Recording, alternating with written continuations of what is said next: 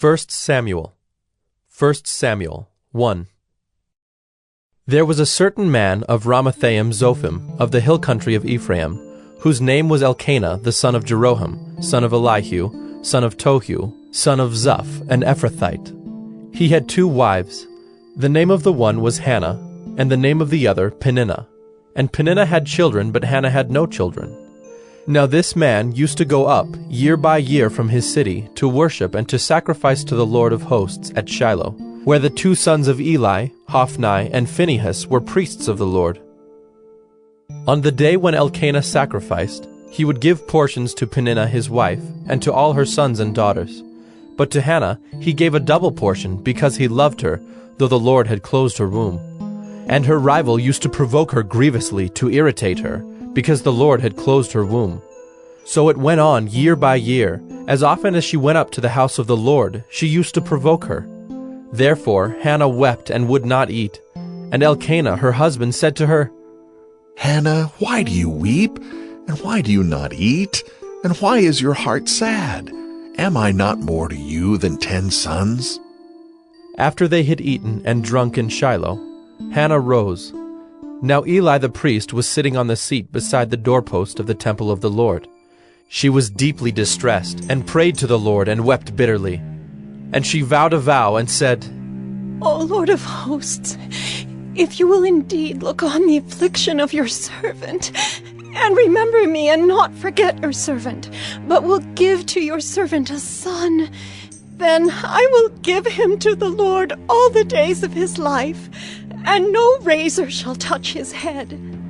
As she continued praying before the Lord, Eli observed her mouth.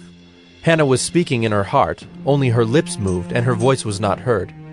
Therefore Eli took her to be a drunken woman, and Eli said to her, How long will you go on being drunk? Put your wine away from you. But Hannah answered, No, my lord, I am a woman troubled in spirit. I have drunk neither wine nor strong drink, but I have been pouring out my soul before the Lord. Do not regard your servant as a worthless woman, for all along I have been speaking out of my great anxiety and vexation. Then Eli answered, Go in peace, and the God of Israel grant your petition that you have made to him. And she said, Let your servant find favor in your eyes. Then the woman went her way and ate, and her face was no longer sad. They rose early in the morning and worshipped before the Lord. Then they went back to their house at Ramah, and Elkanah knew Hannah his wife, and the Lord remembered her. And in due time Hannah conceived and bore a son, and she called his name Samuel, for she said, I have asked for him from the Lord. The man Elkanah and all his house went up to offer to the Lord the yearly sacrifice, and to pay his vow. But Hannah did not go up, for she said to her husband, As soon as the child is weaned, I will bring him, so that he may appear in the presence of the Lord, and dwell there forever. Elkanah her husband said to her, Do what seems best to you. Wait until you have weaned him. Only may the Lord establish his word. So the woman remained and nursed her son until she weaned him. And when she had weaned him, she took him up with her, along with a 3-year-old bull, an ephah of flour, and a skin of wine, and she brought him to the house of the Lord at Shiloh. And the child was young. Then they slaughtered the bull, and they brought the child to Eli. And she said, Oh, my lord, as you live, my lord, I am the woman who was standing here in your presence praying to the Lord. For this child I prayed, and the Lord has granted me my petition that I made to him. Therefore I have lent him to the Lord. As long as he lives, he is lent to the Lord.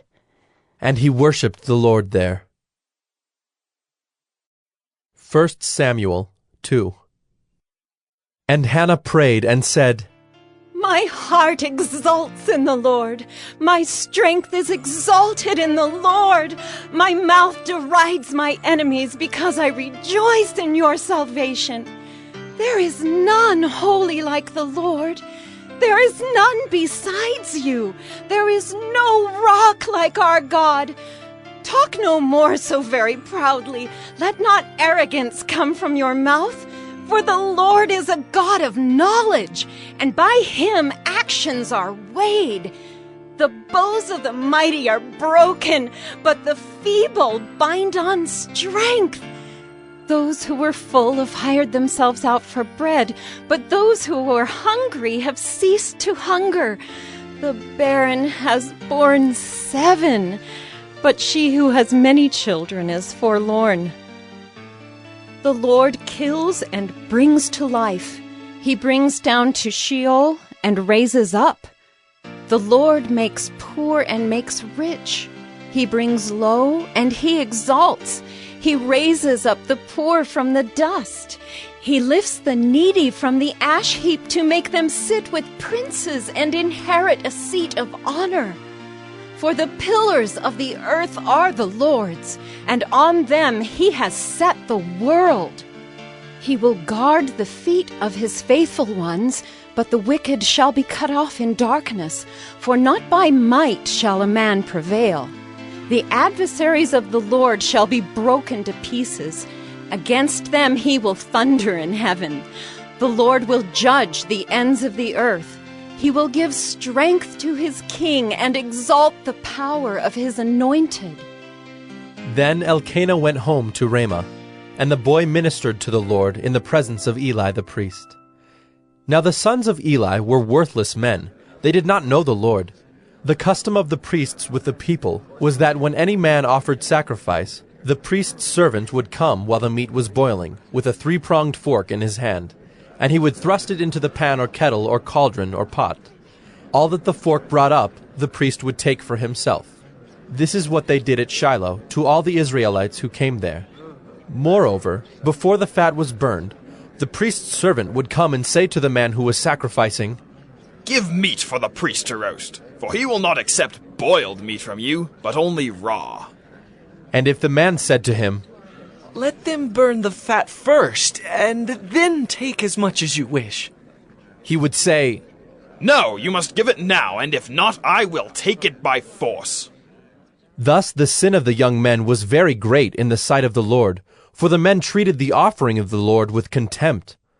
Samuel was ministering before the Lord, a boy clothed with a linen ephod.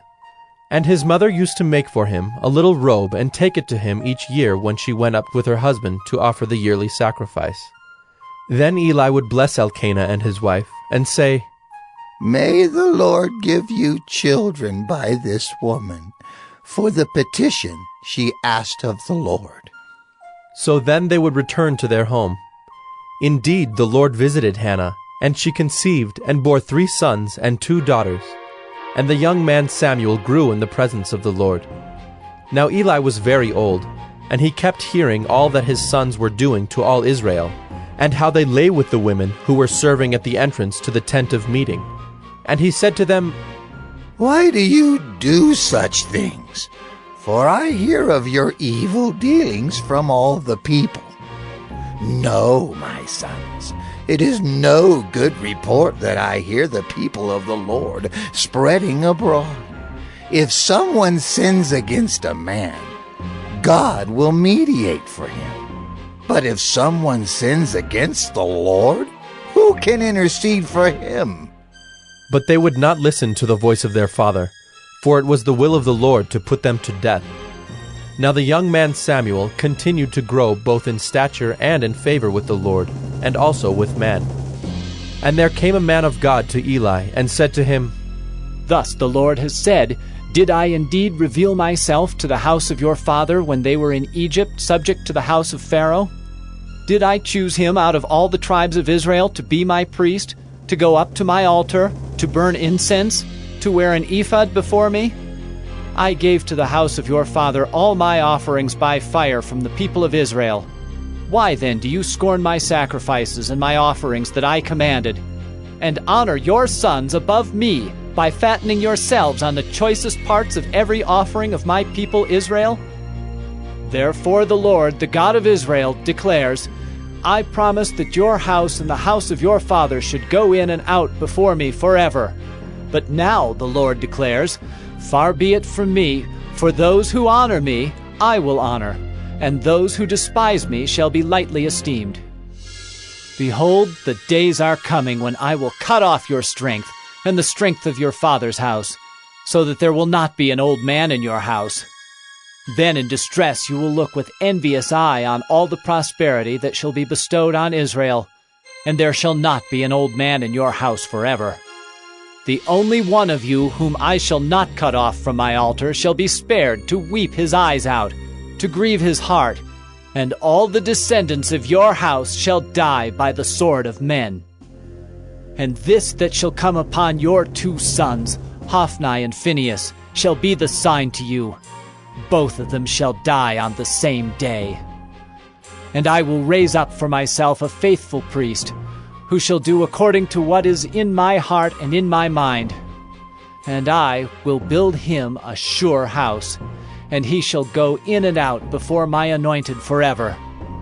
And everyone who is left in your house shall come to implore him for a piece of silver or a loaf of bread, and shall say, Please, put me in one of the priest's places, that I may eat a morsel of bread. 1 Samuel 3. Now the young man Samuel was ministering to the Lord under Eli. And the word of the Lord was rare in those days. There was no frequent vision. At that time Eli, whose eyesight had begun to grow dim so that he could not see, was lying down in his own place. The lamp of God had not yet gone out, and Samuel was lying down in the temple of the Lord, where the ark of God was. Then the Lord called Samuel, and he said, Here I am. And ran to Eli, and said, Here I am, for you called me. But he said, I did not call. Lie down again. So he went and lay down. And the Lord called again, Samuel. And Samuel arose and went to Eli and said, Here I am, for you called me. But he said, I did not call, my son. Lie down again. Now Samuel did not yet know the Lord, and the word of the Lord had not yet been revealed to him. And the Lord called Samuel again the 3rd time. And he arose and went to Eli and said, Here I am, for you called me. Then Eli perceived that the Lord was calling the young man. Therefore Eli said to Samuel, Go, lie down, and if he calls you, you shall say, Speak, Lord, for your servant hears. So Samuel went and lay down in his place. And the Lord came and stood, calling as at other times, Samuel, Samuel. And Samuel said, Speak, for your servant hears. Then the Lord said to Samuel, Behold, I am about to do a thing in Israel at which the 2 ears of everyone who hears it will tingle.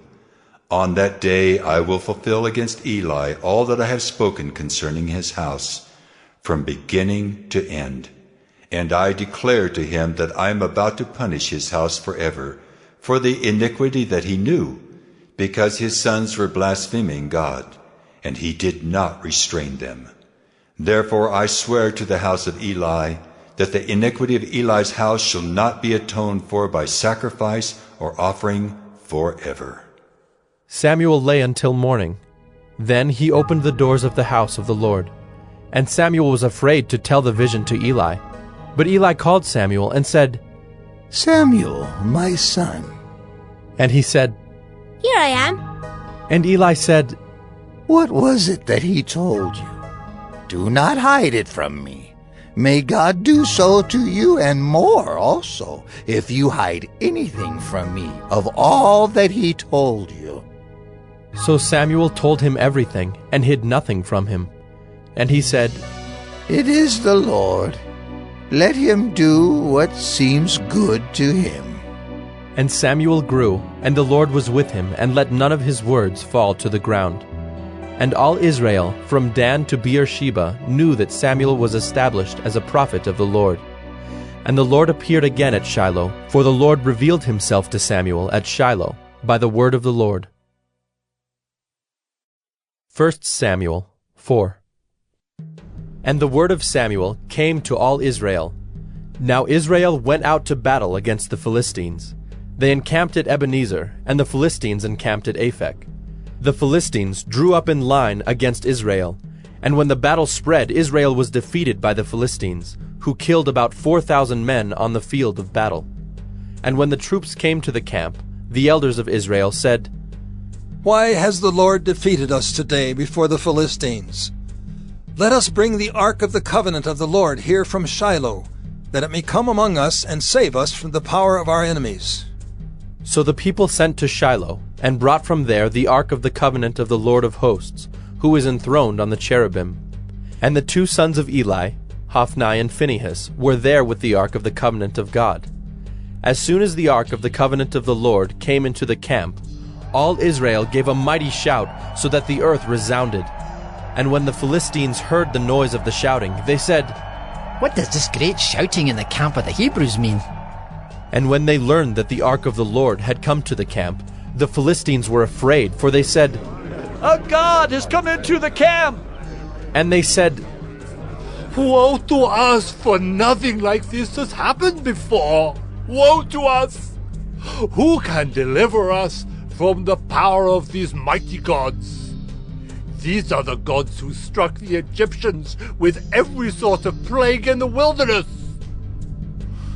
Take courage and be men, O Philistines, lest you become slaves to the Hebrews, as they have been to you. Be men and fight." So the Philistines fought, and Israel was defeated, and they fled, every man to his home. And there was a very great slaughter, for there fell of Israel 30,000 foot soldiers. And the ark of God was captured, and the 2 sons of Eli, Hophni and Phinehas, died. A man of Benjamin ran from the battle line and came to Shiloh the same day, with his clothes torn and with dirt on his head. When he arrived, Eli was sitting on his seat by the road watching, for his heart trembled for the ark of God. And when the man came into the city and told the news, all the city cried out. When Eli heard the sound of the outcry, he said, "What is this uproar?" Then the man hurried and came and told Eli. Now Eli was 98 years old, and his eyes were set so that he could not see. And the man said to Eli, "I am he who has come from the battle. I fled from the battle today." And he said, "How did it go, my son?" He who brought the news answered and said, "Israel has fled before the Philistines, and there has also been a great defeat among the people. Your 2 sons also, Hophni and Phinehas, are dead, and the ark of God has been captured." As soon as he mentioned the ark of God, Eli fell over backward from his seat by the side of the gate, and his neck was broken, and he died, for the man was old and heavy. He had judged Israel 40 years. Now his daughter-in-law, the wife of Phinehas, was pregnant, about to give birth. And when she heard the news that the ark of God was captured, and that her father-in-law and her husband were dead, she bowed and gave birth, for her pains came upon her. And about the time of her death, the woman attending her said to her, "Do not be afraid, for you have borne a son."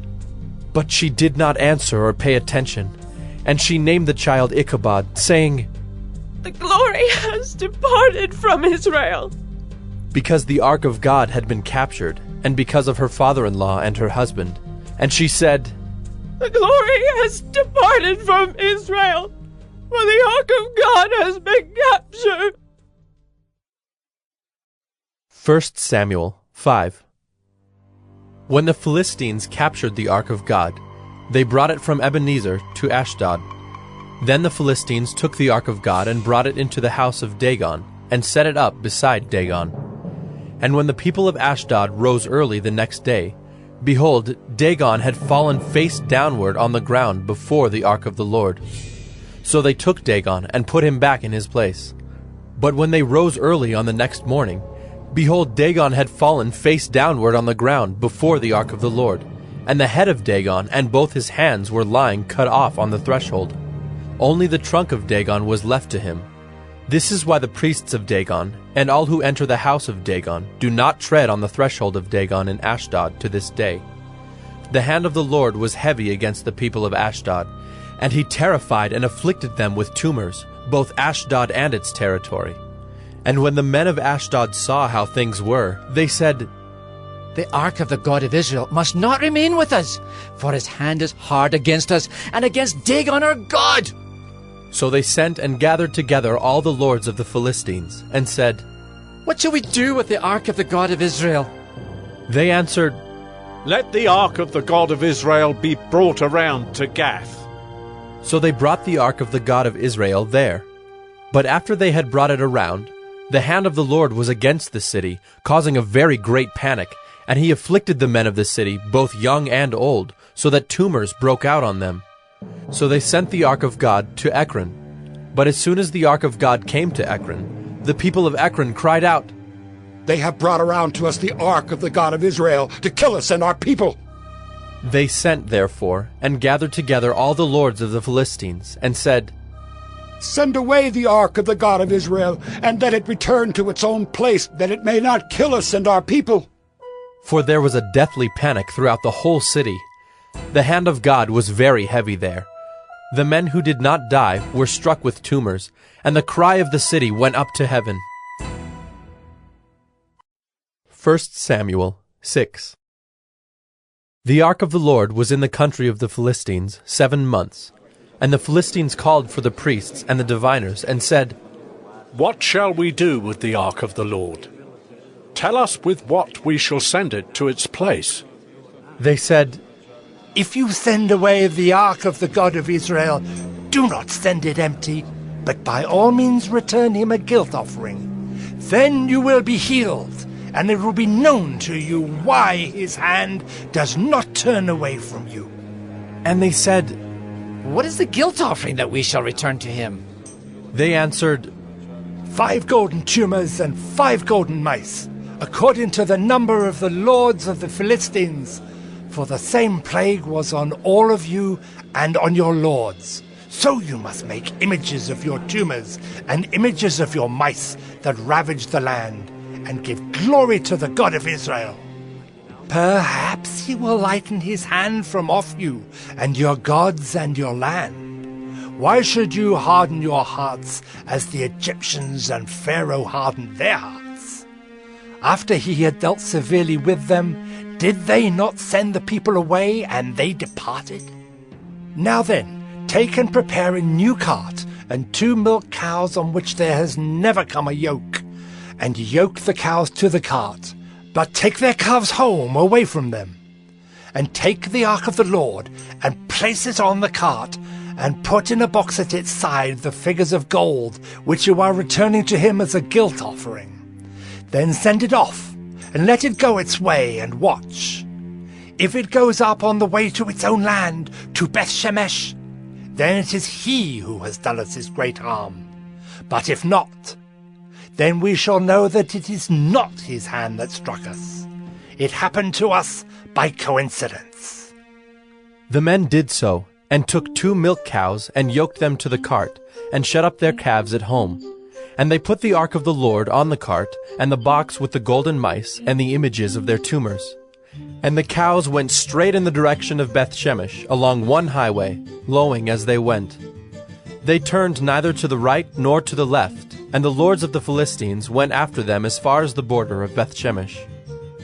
Now the people of Beth Shemesh were reaping their wheat harvest in the valley. And when they lifted up their eyes and saw the ark, they rejoiced to see it. The cart came into the field of Joshua of Beth Shemesh, and stopped there. A great stone was there, and they split up the wood of the cart, and offered the cows as a burnt offering to the Lord. And the Levites took down the ark of the Lord, and the box that was beside it, in which were the golden figures, and set them upon the great stone. And the men of Beth Shemesh offered burnt offerings, and sacrificed sacrifices on that day to the Lord. And when the 5 lords of the Philistines saw it, they returned that day to Ekron. These are the golden tumors that the Philistines returned as a guilt offering to the Lord. 1 for Ashdod, 1 for Gaza, 1 for Ashkelon, 1 for Gath, 1 for Ekron, and the golden mice according to the number of all the cities of the Philistines, belonging to the 5 lords, both fortified cities and unwalled villages. The great stone beside which they set down the ark of the Lord is a witness to this day in the field of Joshua of Beth Shemesh. And he struck some of the men of Beth-Shemesh, because they looked upon the ark of the Lord. He struck 70 men of them, and the people mourned because the Lord had struck the people with a great blow. Then the men of Beth-Shemesh said, Who is able to stand before the Lord, this holy God? And to whom shall he go up away from us? So they sent messengers to the inhabitants of Kiriath-Jearim, saying, The Philistines have returned the ark of the Lord. Come down and take it up to you. 1 Samuel 7. And the men of Kiriath-Jearim came and took up the ark of the Lord, and brought it to the house of Abinadab on the hill. And they consecrated his son Eleazar to have charge of the ark of the Lord. From the day that the ark was lodged at Kiriath-Jearim, a long time passed, some 20 years, and all the house of Israel lamented after the Lord. And Samuel said to all the house of Israel, If you are returning to the Lord with all your heart, then put away the foreign gods and the Ashtaroth from among you, and direct your heart to the Lord, and serve him only, and he will deliver you out of the hand of the Philistines. So the people of Israel put away the Baals and the Ashtaroth, and they served the Lord only. Then Samuel said, Gather all Israel at Mizpah, and I will pray to the Lord for you. So they gathered at Mizpah, and drew water and poured it out before the Lord, and fasted on that day, and said there, We have sinned against the Lord. And Samuel judged the people of Israel at Mizpah. Now when the Philistines heard that the people of Israel had gathered at Mizpah, the lords of the Philistines went up against Israel. And when the people of Israel heard of it, they were afraid of the Philistines. And the people of Israel said to Samuel, Do not cease to cry out to the Lord our God for us, that he may save us from the hand of the Philistines. So Samuel took a nursing lamb and offered it as a whole burnt offering to the Lord. And Samuel cried out to the Lord for Israel, and the Lord answered him. As Samuel was offering up the burnt offering, the Philistines drew near to attack Israel. But the Lord thundered with a mighty sound that day against the Philistines, and threw them into confusion, and they were routed before Israel. And the men of Israel went out from Mizpah, and pursued the Philistines, and struck them as far as below Bethkar.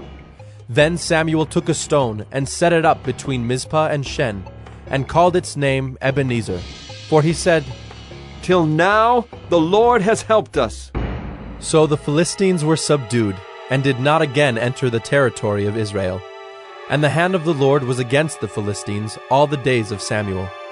The cities that the Philistines had taken from Israel were restored to Israel, from Ekron to Gath, and Israel delivered their territory from the hand of the Philistines.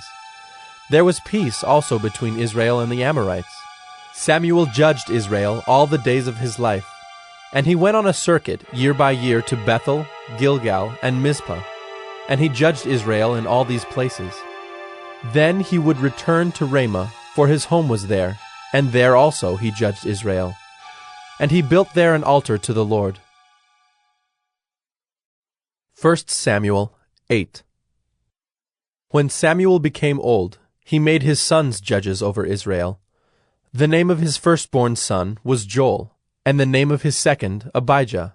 They were judges in Beersheba. Yet his sons did not walk in his ways, but turned aside after gain. They took bribes and perverted justice. Then all the elders of Israel gathered together, and came to Samuel at Ramah, and said to him, Behold, you are old, and your sons do not walk in your ways. Now appoint for us a king to judge us like all the nations. But the thing displeased Samuel when they said, Give us a king to judge us. And Samuel prayed to the Lord. And the Lord said to Samuel, Obey the voice of the people in all that they say to you, for they have not rejected you, but they have rejected me from being king over them. According to all the deeds that they have done, from the day I brought them up out of Egypt even to this day, forsaking me and serving other gods, so they are also doing to you. Now then obey their voice. Only you shall solemnly warn them, and show them the ways of the king who shall reign over them. So Samuel told all the words of the Lord to the people who were asking for a king from him. He said, These will be the ways of the king who will reign over you. He will take your sons and appoint them to his chariots, and to be his horsemen, and to run before his chariots. And he will appoint for himself commanders of thousands and commanders of 50s, and some to plow his ground and to reap his harvest, and to make his implements of war and the equipment of his chariots. He will take your daughters to be perfumers and cooks and bakers. He will take the best of your fields and vineyards and olive orchards and give them to his servants. He will take the 10th of your grain and of your vineyards and give it to his officers and to his servants. He will take your male servants and female servants and the best of your young men and your donkeys and put them to his work. He will take the 10th of your flocks, and you shall be his slaves. And in that day you will cry out because of your king, whom you have chosen for yourselves, but the Lord will not answer you in that day. But the people refused to obey the voice of Samuel, and they said, No, but there shall be a king over us, that we also may be like all the nations, and that our king may judge us and go out before us and fight our battles. And when Samuel had heard all the words of the people, he repeated them in the ears of the Lord. And the Lord said to Samuel, Obey their voice and make them a king. Samuel then said to the men of Israel, Go, every man to his city. 1 Samuel 9. There was a man of Benjamin whose name was Kish, the son of Abiel, son of Zerah, son of Bechorath, son of Aphiah, a Benjaminite, a man of wealth. And he had a son whose name was Saul, a handsome young man. There was not a man among the people of Israel more handsome than he. From his shoulders upward he was taller than any of the people.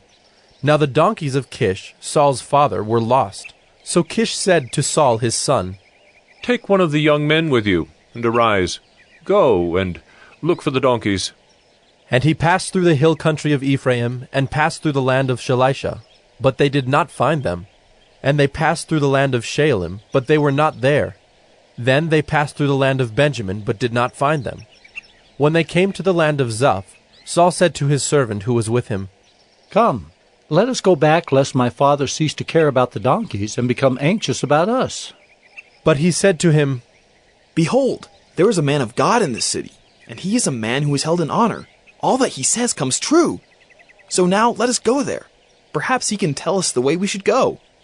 Then Saul said to his servant, But if we go, what can we bring the man? For the bread in our sacks is gone, and there is no present to bring to the man of God. What do we have? The servant answered Saul again, Here, I have with me 1/4 of a shekel of silver, and I will give it to the man of God to tell us our way. Formerly in Israel, when a man went to inquire of God, he said, Come, let us go to the seer, for today's prophet was formerly called a seer. And Saul said to his servant, Well said. Come, let us go. So they went to the city where the man of God was. As they went up the hill to the city, they met young women coming out to draw water, and said to them, Is the seer here? They answered, He is. Behold, he is just ahead of you. Hurry! He has come just now to the city, because the people have a sacrifice today on the high place. As soon as you enter the city, you will find him before he goes up to the high place to eat. For the people will not eat till he comes, since he must bless the sacrifice. Afterward, those who are invited will eat. Now go up, for you will meet him immediately. So they went up to the city. As they were entering the city, they saw Samuel coming out toward them on his way up to the high place. Now the day before Saul came, the Lord had revealed to Samuel, Tomorrow, about this time, I will send to you a man from the land of Benjamin, and you shall anoint him to be prince over my people Israel. He shall save my people from the hand of the Philistines. For I have seen my people, because their cry has come to me. When Samuel saw Saul, the Lord told him, Here is the man of whom I spoke to you. He it is who shall restrain my people. Then Saul approached Samuel in the gate and said, Tell me, where is the house of the seer? Samuel answered Saul, I am the seer. Go up before me to the high place. For today you shall eat with me, and in the morning I will let you go and will tell you all that is on your mind. As for your donkeys that were lost 3 days ago, do not set your mind on them, for they have been found. And for whom is all that is desirable in Israel? Is it not for you and for all your father's house? Saul answered, Am I not a Benjaminite, from the least of the tribes of Israel? And is not my clan the humblest of all the clans of the tribe of Benjamin? Why then have you spoken to me in this way? Then Samuel took Saul and his young men, and brought them into the hall, and gave them a place at the head of those who had been invited, who were about 30 persons. And Samuel said to the cook, Bring the portion I gave you, of which I said to you, put it aside. So the cook took up the leg and what was on it, and set them before Saul. And Samuel said, See, what was kept is set before you. Eat, because it was kept for you until the hour appointed, that you might eat with the guests. So Saul ate with Samuel that day. And when they came down from the high place into the city, a bed was spread for Saul on the roof, and he lay down to sleep. Then at the break of dawn, Samuel called to Saul on the roof, Up, that I may send you on your way. So Saul arose, and both he and Samuel went out into the street. As they were going down to the outskirts of the city, Samuel said to Saul, Tell the servant to pass on before us, and when he has passed on, stop here yourself for a while, that I may make known to you the word of God. 1 Samuel 10. Then Samuel took a flask of oil, and poured it on his head, and kissed him, and said, Has not the Lord anointed you to be prince over his people Israel? And you shall reign over the people of the Lord, and you will save them from the hand of their surrounding enemies. And this shall be the sign to you that the Lord has anointed you to be prince over his heritage. When you depart from me today, you will meet 2 men by Rachel's tomb in the territory of Benjamin at Zelzah. And they will say to you, The donkeys that you went to seek are found, and now your father has ceased to care about the donkeys and is anxious about you, saying, What shall I do about my son? Then you shall go on from there farther and come to the oak of Tabor. 3 men going up to God at Bethel will meet you there, one carrying 3 young goats, another carrying 3 loaves of bread, and another carrying a skin of wine. And they will greet you and give you 2 loaves of bread, which you shall accept from their hand. After that, you shall come to Gibeath Elohim, where there is a garrison of the Philistines. And there, as soon as you come to the city, you will meet a group of prophets coming down from the high place, with harp, tambourine, flute, and lyre before them prophesying. Then the Spirit of the Lord will rush upon you, and you will prophesy with them and be turned into another man. Now when these signs meet you, do what your hand finds to do, for God is with you. Then go down before me to Gilgal. And behold, I am coming to you to offer burnt offerings and to sacrifice peace offerings. 7 days you shall wait, until I come to you and show you what you shall do. When he turned his back to leave Samuel, God gave him another heart. And all these signs came to pass that day. When they came to Gibeah, behold, a group of prophets met him, and the Spirit of God rushed upon him, and he prophesied among them. And when all who knew him previously saw how he prophesied with the prophets, the people said to one another, What has come over the son of Kish? Is Saul also among the prophets? And a man of the place answered, And who is their father? Therefore it became a proverb, Is Saul also among the prophets? When he had finished prophesying, he came to the high place. Saul's uncle said to him and to his servant, Where did you go? And he said, To seek the donkeys. And when we saw they were not to be found, we went to Samuel.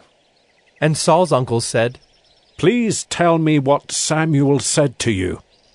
And Saul said to his uncle, He told us plainly that the donkeys had been found. But about the matter of the kingdom, of which Samuel had spoken, he did not tell him anything. Now Samuel called the people together to the Lord at Mizpah, and he said to the people of Israel, Thus says the Lord, the God of Israel, I brought up Israel out of Egypt, and I delivered you from the hand of the Egyptians and from the hand of all the kingdoms that were oppressing you. But today you have rejected your God, who saves you from all your calamities and your distresses, and you have said to him, Set a king over us. Now therefore present yourselves before the Lord by your tribes and by your thousands. Then Samuel brought all the tribes of Israel near, and the tribe of Benjamin was taken by lot. He brought the tribe of Benjamin near by its clans, and the clan of the Matrites was taken by lot. And Saul, the son of Kish, was taken by lot. But when they sought him, he could not be found. So they inquired again of the Lord, Is there a man still to come? And the Lord said, Behold, he has hidden himself among the baggage. Then they ran and took him from there. And when he stood among the people, he was taller than any of the people, from his shoulders upward. And Samuel said to all the people, Do you see him whom the Lord has chosen? There is none like him among all the people. And all the people shouted, Long live the king! Then Samuel told the people the rights and duties of the kingship, and he wrote them in a book and laid it up before the Lord. Then Samuel sent all the people away, each one to his home. Saul also went to his home at Gibeah, and with him went men of valor, whose hearts God had touched. But some worthless fellows said, How can this man save us? And they despised him and brought him no present. But he held his peace.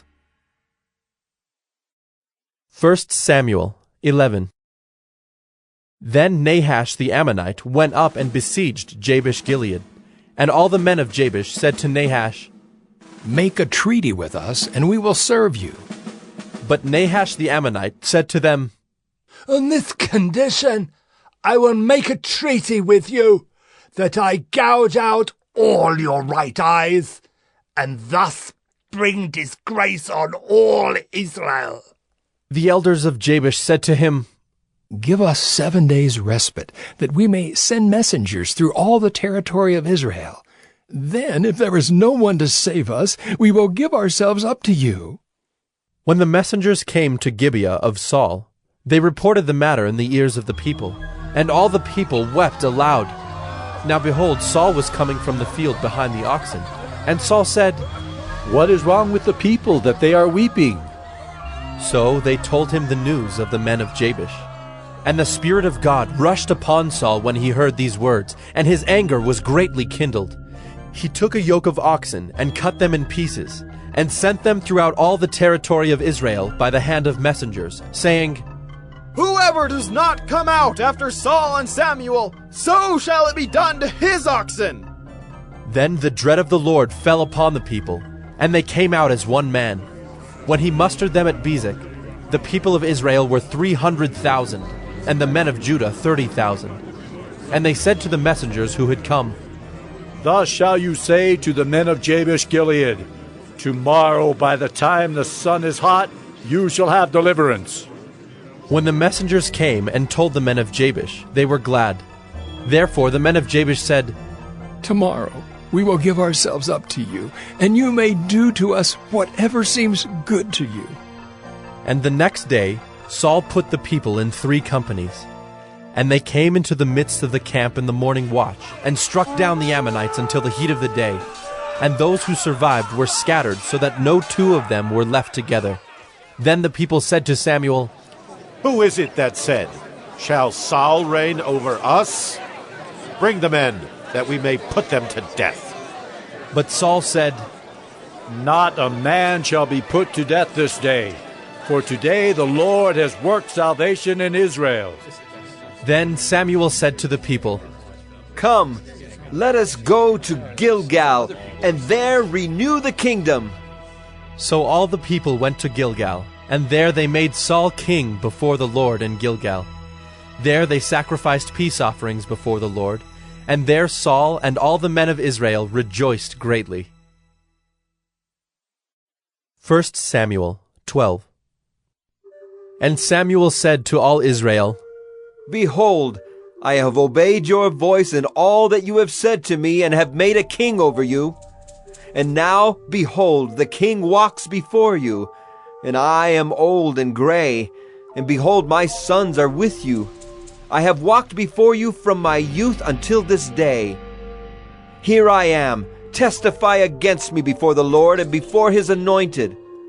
Whose ox have I taken, Or whose donkey have I taken? Or whom have I defrauded? Whom have I oppressed? Or from whose hand have I taken a bribe to blind my eyes with it? Testify against me, and I will restore it to you." They said, "You have not defrauded us, or oppressed us, or taken anything from any man's hand." And he said to them, "The Lord is witness against you, and his anointed is witness this day that you have not found anything in my hand." And they said, "He is witness."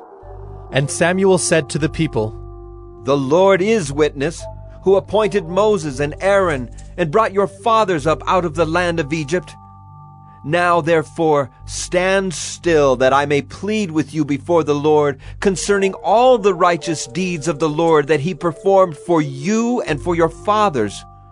When Jacob went into Egypt, and the Egyptians oppressed them, then your fathers cried out to the Lord, and the Lord sent Moses and Aaron, who brought your fathers out of Egypt and made them dwell in this place. But they forgot the Lord their God, and he sold them into the hand of Sisera, commander of the army of Hazor, and into the hand of the Philistines, and into the hand of the king of Moab. And they fought against them. And they cried out to the Lord and said, We have sinned, because we have forsaken the Lord, and have served the Baals and the Ashtaroth. But now deliver us out of the hand of our enemies, that we may serve you. And the Lord sent Jerubbaal and Barak and Jephthah and Samuel, and delivered you out of the hand of your enemies on every side, and you lived in safety. And when you saw that Nahash the king of the Ammonites came against you, you said to me, No, but a king shall reign over us, when the Lord your God was your king. And now behold the king whom you have chosen, for whom you have asked. Behold, the Lord has set a king over you. If you will fear the Lord and serve him and obey his voice, and not rebel against the commandment of the Lord, and if both you and the king who reigns over you will follow the Lord your God, it will be well. But if you will not obey the voice of the Lord, but rebel against the commandment of the Lord, then the hand of the Lord will be against you and your king. Now therefore stand still and see this great thing that the Lord will do before your eyes. Is it not wheat harvest today? I will call upon the Lord, that he may send thunder and rain, and you shall know and see that your wickedness is great, which you have done in the sight of the Lord, in asking for yourselves a king." So Samuel called upon the Lord, and the Lord sent thunder and rain that day. And all the people greatly feared the Lord and Samuel. And all the people said to Samuel, "Pray for your servants to the Lord your God, that we may not die. For we have added to all our sins this evil, to ask for ourselves a king." And Samuel said to the people, "Do not be afraid. You have done all this evil. Yet do not turn aside from following the Lord, but serve the Lord with all your heart. And do not turn aside after empty things that cannot profit or deliver, for they are empty. For the Lord will not forsake his people for his great name's sake, because it has pleased the Lord to make you a people for himself. Moreover, as for me, far be it from me that I should sin against the Lord by ceasing to pray for you, and I will instruct you in the good and the right way. Only fear the Lord and serve him faithfully with all your heart. For consider what great things he has done for you. But if you still do wickedly, you shall be swept away, both you and your king." 1 Samuel 13. Saul was years old when he began to reign, and he reigned 2 years over Israel. Saul chose 3,000 men of Israel.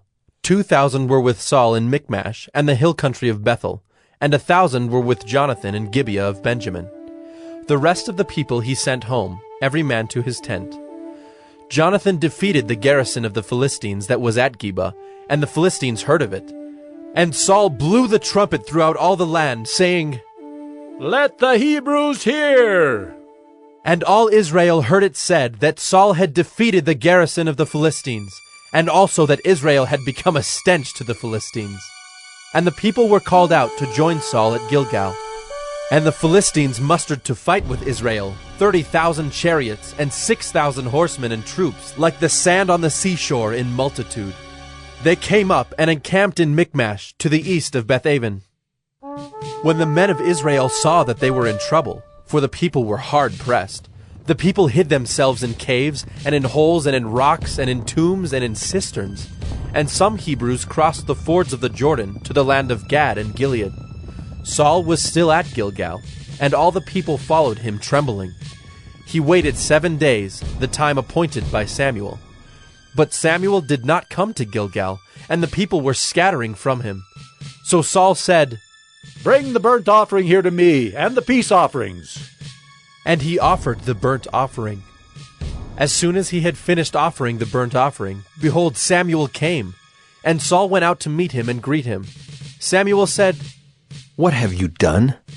And Saul said, "When I saw that the people were scattering from me, and that you did not come within the days appointed, and that the Philistines had mustered at Michmash, I said, now the Philistines will come down against me at Gilgal, and I have not sought the favor of the Lord. So I forced myself and offered the burnt offering." And Samuel said to Saul, "You have done foolishly. You have not kept the command of the Lord your God with which he commanded you. For then the Lord would have established your kingdom over Israel forever. But now your kingdom shall not continue. The Lord has sought out a man after his own heart, and the Lord has commanded him to be prince over his people, because you have not kept what the Lord commanded you." And Samuel arose and went up from Gilgal. The rest of the people went up after Saul to meet the army. They went up from Gilgal to Gibeah of Benjamin, and Saul numbered the people who were present with him, about 600 men. And Saul and Jonathan his son, and the people who were present with them, stayed in Gibeah of Benjamin, but the Philistines encamped in Michmash. And raiders came out of the camp of the Philistines in 3 companies. One company turned toward Ophrah to the land of Shual, another company turned toward Beth-horon, and another company turned toward the border that looks down on the valley of Zeboim, toward the wilderness. Now there was no blacksmith to be found throughout all the land of Israel, for the Philistines said, "Lest the Hebrews make themselves swords or spears." But every one of the Israelites went down to the Philistines to sharpen his plowshare, his mattock, his axe, or his sickle. And the charge was 2/3 of a shekel for the plowshares and for the mattocks, and 1/3 of a shekel for sharpening the axes and for setting the goads. So on the day of the battle there was neither sword nor spear found in the hand of any of the people with Saul and Jonathan, but Saul and Jonathan his son had them. And the garrison of the Philistines went out to the pass of Michmash. 1 Samuel 14. One day Jonathan, the son of Saul, said to the young man who carried his armor, "Come, let us go over to the Philistine garrison on the other side." But he did not tell his father. Saul was staying in the outskirts of Gibeah in the pomegranate cave at Migron. The people who were with him were about 600 men, including Ahijah the son of Ahitub, Ichabod's brother, son of Phinehas, son of Eli, the priest of the Lord in Shiloh, wearing an ephod. And the people did not know that Jonathan had gone. Within the passes by which Jonathan sought to go over to the Philistine garrison, there was a rocky crag on the one side and a rocky crag on the other side. The name of the one was Bozez, and the name of the other Sina. The one crag rose on the north in front of Michmash, and the other on the south in front of Geba. Jonathan said to the young man who carried his armor, "Come, let us go over to the garrison of these uncircumcised. It may be that the Lord will work for us, for nothing can hinder the Lord from saving by many or by few." And his armor-bearer said to him, "Do all that is in your heart. Do as you wish. Behold, I am with you heart and soul." Then Jonathan said, "Behold, we will cross over to the men, and we will show ourselves to them. If they say to us, 'Wait until we come to you,' then we will stand still in our place, and we will not go up to them. But if they say, 'Come up to us,' then we will go up, for the Lord has given them into our hand, and this shall be the sign to us." So both of them showed themselves to the garrison of the Philistines. And the Philistines said, "Look, Hebrews are coming out of the holes where they have hidden themselves." And the men of the garrison hailed Jonathan and his armor-bearer, and said, "Come up to us, and we will show you a thing." And Jonathan said to his armor-bearer, "Come up after me, for the Lord has given them into the hand of Israel." Then Jonathan climbed up on his hands and feet, and his armor-bearer after him. And they fell before Jonathan, and his armor-bearer killed them after him. And that first strike which Jonathan and his armor-bearer made killed about 20 men within, as it were half a furrow's length in an acre of land. And there was a panic in the camp, in the field, and among all the people. The garrison and even the raiders trembled, the earth quaked, and it became a very great panic. And the watchmen of Saul and Gibeah of Benjamin looked, and behold, the multitude was dispersing here and there. Then Saul said to the people who were with him, "Count, and see who has gone from us." And when they had counted, behold, Jonathan and his armor-bearer were not there. So Saul said to Ahijah, "Bring the ark of God here." For the ark of God went at that time with the people of Israel. Now while Saul was talking to the priest, the tumult in the camp of the Philistines increased more and more. So Saul said to the priest, "Withdraw your hand." Then Saul and all the people who were with him rallied and went into the battle. And behold, every Philistine's sword was against his fellow, and there was very great confusion. Now the Hebrews who had been with the Philistines before that time, and who had gone up with them into the camp, even they also turned to be with the Israelites who were with Saul and Jonathan. Likewise, when all the men of Israel who had hidden themselves in the hill country of Ephraim heard that the Philistines were fleeing, they too followed hard after them in the battle. So the Lord saved Israel that day, and the battle passed beyond Beth-aven. And the men of Israel had been hard pressed that day. So Saul had laid an oath on the people, saying, "Cursed be the man who eats food until it is evening, and I am avenged on my enemies." So none of the people had tasted food. Now when all the people came to the forest, behold, there was honey on the ground. And when the people entered the forest, behold, the honey was dropping. But no one put his hand to his mouth, for the people feared the oath. But Jonathan had not heard his father charge the people with the oath. So he put out the tip of the staff that was in his hand, and dipped it in the honeycomb, and put his hand to his mouth, and his eyes became bright. Then one of the people said, "Your father strictly charged the people with an oath, saying, 'Cursed be the man who eats food this day.'" And the people were faint. Then Jonathan said, "My father has troubled the land. See how my eyes have become bright because I tasted a little of this honey? How much better if the people had eaten freely today of the spoil of their enemies that they found. For now the defeat among the Philistines has not been great." They struck down the Philistines that day from Michmash to Ajalon, and the people were very faint. The people pounced on the spoil, and took sheep and oxen and calves, and slaughtered them on the ground, and the people ate them with the blood. Then they told Saul, "Behold, the people are sinning against the Lord by eating with the blood." And he said, "You have dealt treacherously. Roll a great stone to me here." And Saul said, "Disperse yourselves among the people, and say to them, 'Let every man bring his ox or his sheep, and slaughter them here and eat. And do not sin against the Lord by eating with the blood.'" So every one of the people brought his ox with him that night, and they slaughtered them there. And Saul built an altar to the Lord. It was the first altar that he built to the Lord. Then Saul said, "Let us go down after the Philistines by night, and plunder them until the morning light. Let us not leave a man of them." And they said, "Do whatever seems good to you." But the priest said, "Let us draw near to God here." And Saul inquired of God, "Shall I go down after the Philistines? Will you give them into the hand of Israel?" But he did not answer him that day. And Saul said, "Come here, all you leaders of the people, and know and see how this sin has arisen today. For as the Lord lives who saves Israel, though it be in Jonathan my son, he shall surely die." But there was not a man among the people who answered him. Then he said to all Israel, "You shall be on one side, and I and Jonathan my son will be on the other side." And the people said to Saul, "Do what seems good to you." Therefore Saul said, "O Lord God of Israel, Why have you not answered your servant this day? If this guilt is in me or in Jonathan my son, O Lord God of Israel, give Urim. But if this guilt is in your people Israel, give Thummim. And Jonathan and Saul were taken, but the people escaped. Then Saul said, Cast the lot between me and my son Jonathan. And Jonathan was taken.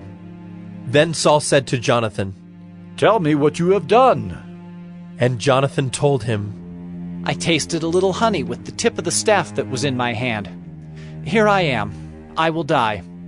And Saul said, God do so to me and more also. You shall surely die, Jonathan. Then the people said to Saul, Shall Jonathan die, who has worked this great salvation in Israel? Far from it. As the Lord lives, there shall not one hair of his head fall to the ground, for he has worked with God this day. So the people ransomed Jonathan, so that he did not die. Then Saul went up from pursuing the Philistines, and the Philistines went to their own place. When Saul had taken the kingship over Israel, he fought against all his enemies on every side, against Moab, against the Ammonites, against Edom, against the kings of Zobah, and against the Philistines. Wherever he turned, he routed them. And he did valiantly, and struck the Amalekites, and delivered Israel out of the hands of those who plundered them. Now the sons of Saul were Jonathan, Ishvi, and Malchishua, and the names of his 2 daughters were these. The name of the firstborn was Merab, and the name of the younger, Michal. And the name of Saul's wife was Ahinoam, the daughter of Ahimaaz. And the name of the commander of his army was Abner, the son of Ner, Saul's uncle. Kish was the father of Saul, and Ner, the father of Abner, was the son of Abiel. There was hard fighting against the Philistines all the days of Saul. And when Saul saw any strong man, or any valiant man, he attached him to himself. 1 Samuel 15. And Samuel said to Saul, The Lord sent me to anoint you king over his people Israel. Now therefore listen to the words of the Lord. Thus says the Lord of hosts, I have noted what Amalek did to Israel in opposing them on the way when they came up out of Egypt. Now go and strike Amalek, and devote to destruction all that they have. Do not spare them, but kill both man and woman, child and infant, ox and sheep, camel and donkey. So Saul summoned the people, and numbered them in Telaim, 200,000 men on foot, and 10,000 men of Judah. And Saul came to the city of Amalek, and lay in wait in the valley. Then Saul said to the Kenites, Go, depart, go down from among the Amalekites, lest I destroy you with them. For you showed kindness to all the people of Israel when they came up out of Egypt. So the Kenites departed from among the Amalekites. And Saul defeated the Amalekites from Havilah as far as Shur, which is east of Egypt. And he took Agag, the king of the Amalekites, alive, and devoted to destruction all the people with the edge of the sword. But Saul and the people spared Agag and the best of the sheep, and of the oxen, and of the fattened calves and the lambs, and all that was good, and would not utterly destroy them. All that was despised and worthless they devoted to destruction. The word of the Lord came to Samuel. I regret that I have made Saul king, for he has turned back from following me and has not performed my commandments. And Samuel was angry, and he cried to the Lord all night. And Samuel rose early to meet Saul in the morning. And it was told Samuel, Saul came to Carmel, and behold, he set up a monument for himself, and turned and passed on, and went down to Gilgal. And Samuel came to Saul, and Saul said to him, Blessed be you to the Lord. I have performed the commandment of the Lord. And Samuel said, What then is this bleating of the sheep in my ears, and the lowing of the oxen that I hear? Saul said, They have brought them from the Amalekites, for the people spared the best of the sheep and of the oxen to sacrifice to the Lord your God, and the rest we have devoted to destruction. Then Samuel said to Saul, Stop. I will tell you what the Lord said to me this night. And he said to him, Speak. And Samuel said, Though you are little in your own eyes, are you not the head of the tribes of Israel? The Lord anointed you king over Israel. And the Lord sent you on a mission and said, Go, devote to destruction the sinners, the Amalekites, and fight against them until they are consumed. Why then did you not obey the voice of the Lord? Why did you pounce on the spoil and do what was evil in the sight of the Lord? And Saul said to Samuel, I have obeyed the voice of the Lord. I have gone on the mission on which the Lord sent me. I have brought Agag, the king of Amalek, and I have devoted the Amalekites to destruction. But the people took of the spoil sheep and oxen, the best of the things devoted to destruction, to sacrifice to the Lord your God in Gilgal. And Samuel said, Has the Lord as great delight in burnt offerings and sacrifices as in obeying the voice of the Lord? Behold, to obey is better than sacrifice, and to listen than the fat of rams. For rebellion is as the sin of divination, and presumption is as iniquity and idolatry. Because you have rejected the word of the Lord, he has also rejected you from being king. Saul said to Samuel, I have sinned, for I have transgressed the commandment of the Lord in your words, because I feared the people and obeyed their voice. Now therefore, please, pardon my sin and return with me, that I may worship the Lord. And Samuel said to Saul, I will not return with you, for you have rejected the word of the Lord, and the Lord has rejected you from being king over Israel. As Samuel turned to go away, Saul seized the skirt of his robe, and it tore. And Samuel said to him, The Lord has torn the kingdom of Israel from you this day, and has given it to a neighbor of yours who is better than you. And also the glory of Israel will not lie or have regret, for he is not a man that he should have regret. Then he said, I have sinned. Yet honor me now before the elders of my people and before Israel, and return with me, that I may bow before the Lord your God. So Samuel turned back after Saul, and Saul bowed before the Lord. Then Samuel said, Bring here to me Agag, the king of the Amalekites. And Agag came to him cheerfully. Agag said, Surely the bitterness of death is past. And Samuel said, As your sword has made women childless, so shall your mother be childless among women. And Samuel hacked Agag to pieces before the Lord in Gilgal. Then Samuel went to Ramah, and Saul went up to his house in Gibeah of Saul. And Samuel did not see Saul again until the day of his death. But Samuel grieved over Saul, and the Lord regretted that he had made Saul king over Israel. 1 Samuel 16. The Lord said to Samuel, How long will you grieve over Saul, since I have rejected him from being king over Israel? Fill your horn with oil and go. I will send you to Jesse the Bethlehemite, for I have provided for myself a king among his sons. And Samuel said, How can I go? If Saul hears it, he will kill me. And the Lord said, Take a heifer with you and say, I have come to sacrifice to the Lord. And invite Jesse to the sacrifice, and I will show you what you shall do. And you shall anoint for me him whom I declare to you. Samuel did what the Lord commanded, and came to Bethlehem. The elders of the city came to meet him, trembling, and said, Do you come peaceably? And he said, Peaceably. I have come to sacrifice to the Lord. Consecrate yourselves, and come with me to the sacrifice. And he consecrated Jesse and his sons, and invited them to the sacrifice. When they came, he looked on Eliab, and thought, Surely the Lord's anointed is before him. But the Lord said to Samuel, Do not look on his appearance or on the height of his stature, because I have rejected him. For the Lord sees not as man sees.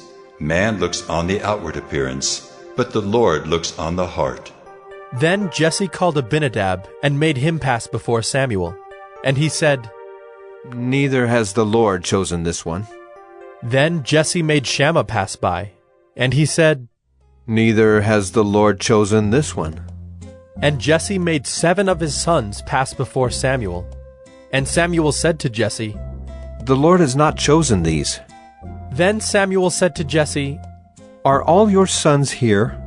And he said, There remains yet the youngest, but behold, he is keeping the sheep. And Samuel said to Jesse, Send and get him, for we will not sit down till he comes here. And he sent and brought him in. Now he was ruddy and had beautiful eyes and was handsome. And the Lord said, Arise, anoint him, for this is he. Then Samuel took the horn of oil and anointed him in the midst of his brothers. And the Spirit of the Lord rushed upon David from that day forward. And Samuel rose up and went to Ramah. Now the Spirit of the Lord departed from Saul, and a harmful spirit from the Lord tormented him. And Saul's servants said to him, Behold now, a harmful spirit from God is tormenting you. Let our Lord now command your servants who are before you to seek out a man who is skillful in playing the lyre. And when the harmful spirit from God is upon you, he will play it, and you will be well. So Saul said to his servants, Provide for me a man who can play well, and bring him to me. One of the young men answered, Behold, I have seen a son of Jesse the Bethlehemite, who is skillful in playing, a man of valor, a man of war, prudent in speech, and a man of good presence, and the Lord is with him. Therefore Saul sent messengers to Jesse, and said, Send me David your son, who is with the sheep. And Jesse took a donkey laden with bread and a skin of wine and a young goat, and sent them by David his son to Saul. And David came to Saul and entered his service. And Saul loved him greatly, and he became his armor-bearer. And Saul sent to Jesse, saying, Let David remain in my service, for he has found favor in my sight. And whenever the harmful spirit from God was upon Saul, David took the lyre and played it with his hand. So Saul was refreshed and was well, and the harmful spirit departed from him. 1 Samuel 17.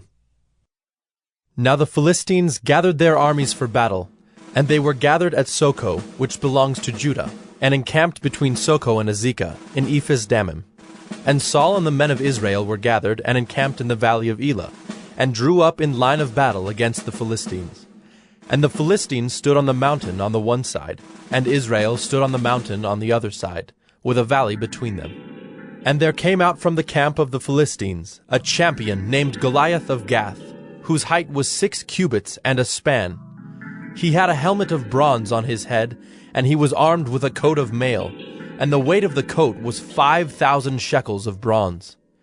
And he had bronze armor on his legs, and a javelin of bronze slung between his shoulders. The shaft of his spear was like a weaver's beam, and his spear's head weighed 600 shekels of iron. And his shield-bearer went before him. He stood and shouted to the ranks of Israel, Why have you come down to draw up for battle? Am I not a Philistine? And are you not servants of Saul? Choose a man for yourselves, and let him come down to me. If he is able to fight with me and kill me, then we will be your servants. But if I prevail against him and kill him, then you shall be our servants and serve us. And the Philistine said, I defy the ranks of Israel this day. Give me a man, that we may fight together. When Saul and all Israel heard these words of the Philistine, they were dismayed and greatly afraid. Now David was the son of an Ephrathite of Bethlehem in Judah, named Jesse, who had 8 sons. In the days of Saul, the man was already old and advanced in years. The 3 oldest sons of Jesse had followed Saul to the battle, and the names of his 3 sons who went to the battle were Eliab, the firstborn, and next to him Abinadab, and the third Shammah. David was the youngest. The 3 eldest followed Saul, but David went back and forth from Saul to feed his father's sheep at Bethlehem. For 40 days the Philistine came forward and took his stand, morning and evening. And Jesse said to David his son, Take for your brothers an ephah of this parched grain and these 10 loaves, and carry them quickly to the camp to your brothers. Also take these 10 cheeses to the commander of their 1,000. See if your brothers are well, and bring some token from them. Now Saul and they, and all the men of Israel, were in the valley of Elah, fighting with the Philistines. And David rose early in the morning, and left the sheep with a keeper, and took the provisions, and went, as Jesse had commanded him. And he came to the encampment as the host was going out to the battle line, shouting the war cry. And Israel and the Philistines drew up for battle, army against army. And David left the things in charge of the keeper of the baggage, and ran to the ranks, and went and greeted his brothers. As he talked with them, behold, the champion, the Philistine of Gath, Goliath by name, came up out of the ranks of the Philistines, and spoke the same words as before. And David heard him. All the men of Israel, when they saw the man, fled from him, and were much afraid. And the men of Israel said, Have you seen this man who has come up? Surely he has come up to defy Israel. And the king will enrich the man who kills him with great riches, and will give him his daughter, and make his father's house free in Israel. And David said to the men who stood by him, What shall be done for the man who kills this Philistine, and takes away the reproach from Israel? For who is this uncircumcised Philistine, that he should defy the armies of the living God? And the people answered him in the same way, So shall it be done to the man who kills him. Now Eliab, his eldest brother, heard when he spoke to the men. And Eliab's anger was kindled against David, and he said, Why have you come down? And with whom have you left those few sheep in the wilderness? I know your presumption and the evil of your heart, for you have come down to see the battle. And David said, What have I done now? Was it not but a word? And he turned away from him toward another, and spoke in the same way, and the people answered him again as before. When the words that David spoke were heard, they repeated them before Saul, and he sent for him. And David said to Saul, Let no man's heart fail because of him. Your servant will go and fight with this Philistine. And Saul said to David, You are not able to go against this Philistine to fight with him, for you are but a youth, and he has been a man of war from his youth. But David said to Saul, Your servant used to keep sheep for his father.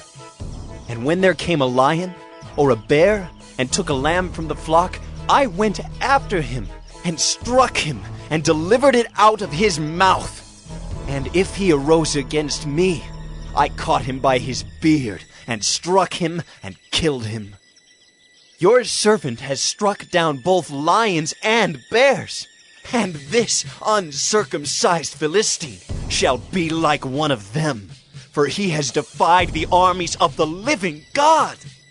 And David said, The Lord who delivered me from the paw of the lion and from the paw of the bear will deliver me from the hand of this Philistine. And Saul said to David, Go, and the Lord be with you. Then Saul clothed David with his armor. He put a helmet of bronze on his head, and clothed him with a coat of mail. And David strapped his sword over his armor. And he tried in vain to go, for he had not tested them. Then David said to Saul, I cannot go with these, for I have not tested them. So David put them off. Then he took his staff in his hand, and chose 5 smooth stones from the brook, and put them in his shepherd's pouch. His sling was in his hand, and he approached the Philistine. And the Philistine moved forward and came near to David, with his shield-bearer in front of him. And when the Philistine looked and saw David, he disdained him, for he was but a youth, ruddy and handsome in appearance.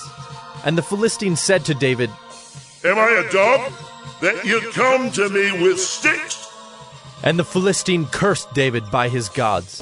The Philistine said to David, Come to me, and I will give you flesh to the birds of the air, and to the beasts of the field. Then David said to the Philistine, You come to me with a sword, and with a spear, and with a javelin, but I come to you in the name of the Lord of hosts, the God of the armies of Israel, whom you have defied. This day the Lord will deliver you into my hand, and I will strike you down and cut off your head. And I will give the dead bodies of the host of the Philistines this day to the birds of the air and to the wild beasts of the earth, that all the earth may know that there is a God in Israel, and that all this assembly may know that the Lord saves not with sword and spear, for the battle is the Lord's, and he will give you into our hand. When the Philistine arose and came and drew near to meet David, David ran quickly toward the battle line to meet the Philistine. And David put his hand in his bag, and took out a stone, and slung it, and struck the Philistine on his forehead. The stone sank into his forehead, and he fell on his face to the ground. So David prevailed over the Philistine with a sling and with a stone, and struck the Philistine and killed him. There was no sword in the hand of David. Then David ran and stood over the Philistine, and took his sword, and drew it out of its sheath, and killed him and cut off his head with it. When the Philistines saw that their champion was dead, they fled. And the men of Israel and Judah rose with a shout, and pursued the Philistines as far as Gath and the gates of Ekron, so that the wounded Philistines fell on the way from Shaaraim as far as Gath and Ekron. And the people of Israel came back from chasing the Philistines, and they plundered their camp. And David took the head of the Philistine and brought it to Jerusalem, but he put his armor in his tent. As soon as Saul saw David go out against the Philistine, he said to Abner, the commander of the army, Abner, whose son is this youth? And Abner said, As your soul lives, O king, I do not know. And the king said, Inquire whose son the boy is. And as soon as David returned from the striking down of the Philistine, Abner took him and brought him before Saul with the head of the Philistine in his hand. And Saul said to him, Whose son are you, young man? And David answered, I am the son of your servant Jesse the Bethlehemite. 1 Samuel 18. As soon as he had finished speaking to Saul, the soul of Jonathan was knit to the soul of David, and Jonathan loved him as his own soul. And Saul took him that day, and would not let him return to his father's house. Then Jonathan made a covenant with David, because he loved him as his own soul. And Jonathan stripped himself of the robe that was on him, and gave it to David, and his armor, and even his sword, and his bow, and his belt. And David went out, and was successful wherever Saul sent him, so that Saul set him over the men of war. And this was good in the sight of all the people, and also in the sight of Saul's servants. As they were coming home, when David returned from striking down the Philistine, the women came out of all the cities of Israel, singing and dancing, to meet King Saul with tambourines, with songs of joy, and with musical instruments. And the women sang to one another as they celebrated, Saul has struck down his thousands, and David his 10,000s. And Saul was very angry, and this saying displeased him. He said, They have ascribed to David 10,000s, and to me they have ascribed thousands. And what more can he have but the kingdom? And Saul eyed David from that day on.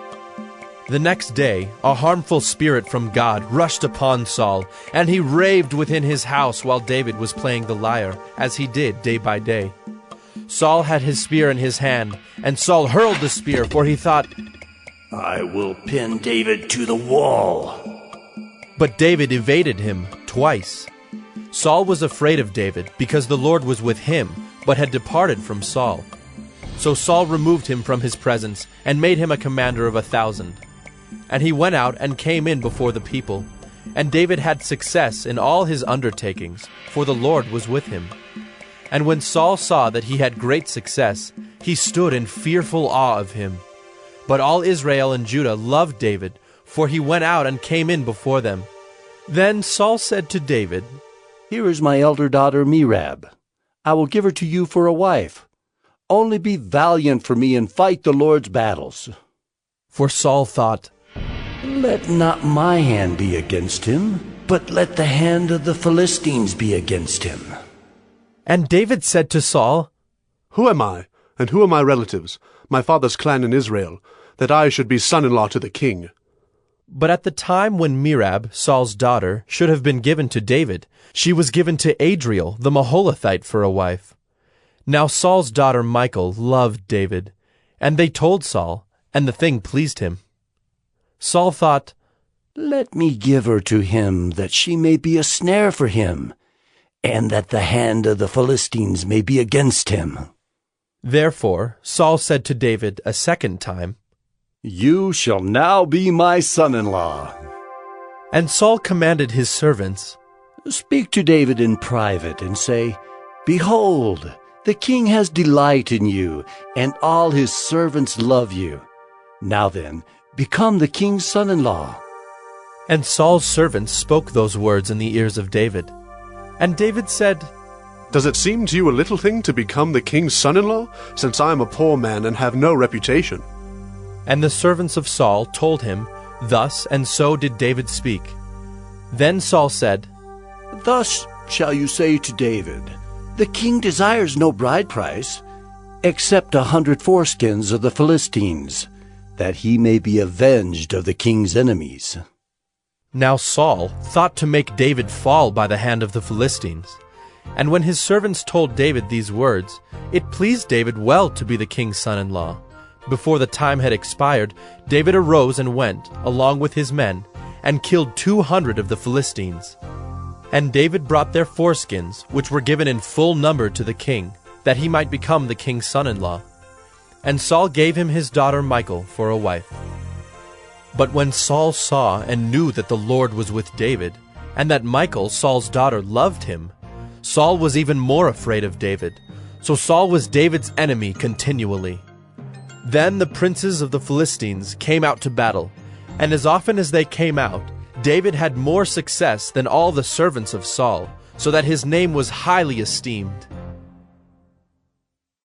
1 Samuel 19. And Saul spoke to Jonathan his son, and to all his servants, that they should kill David. But Jonathan, Saul's son, delighted much in David. And Jonathan told David, Saul, my father, seeks to kill you.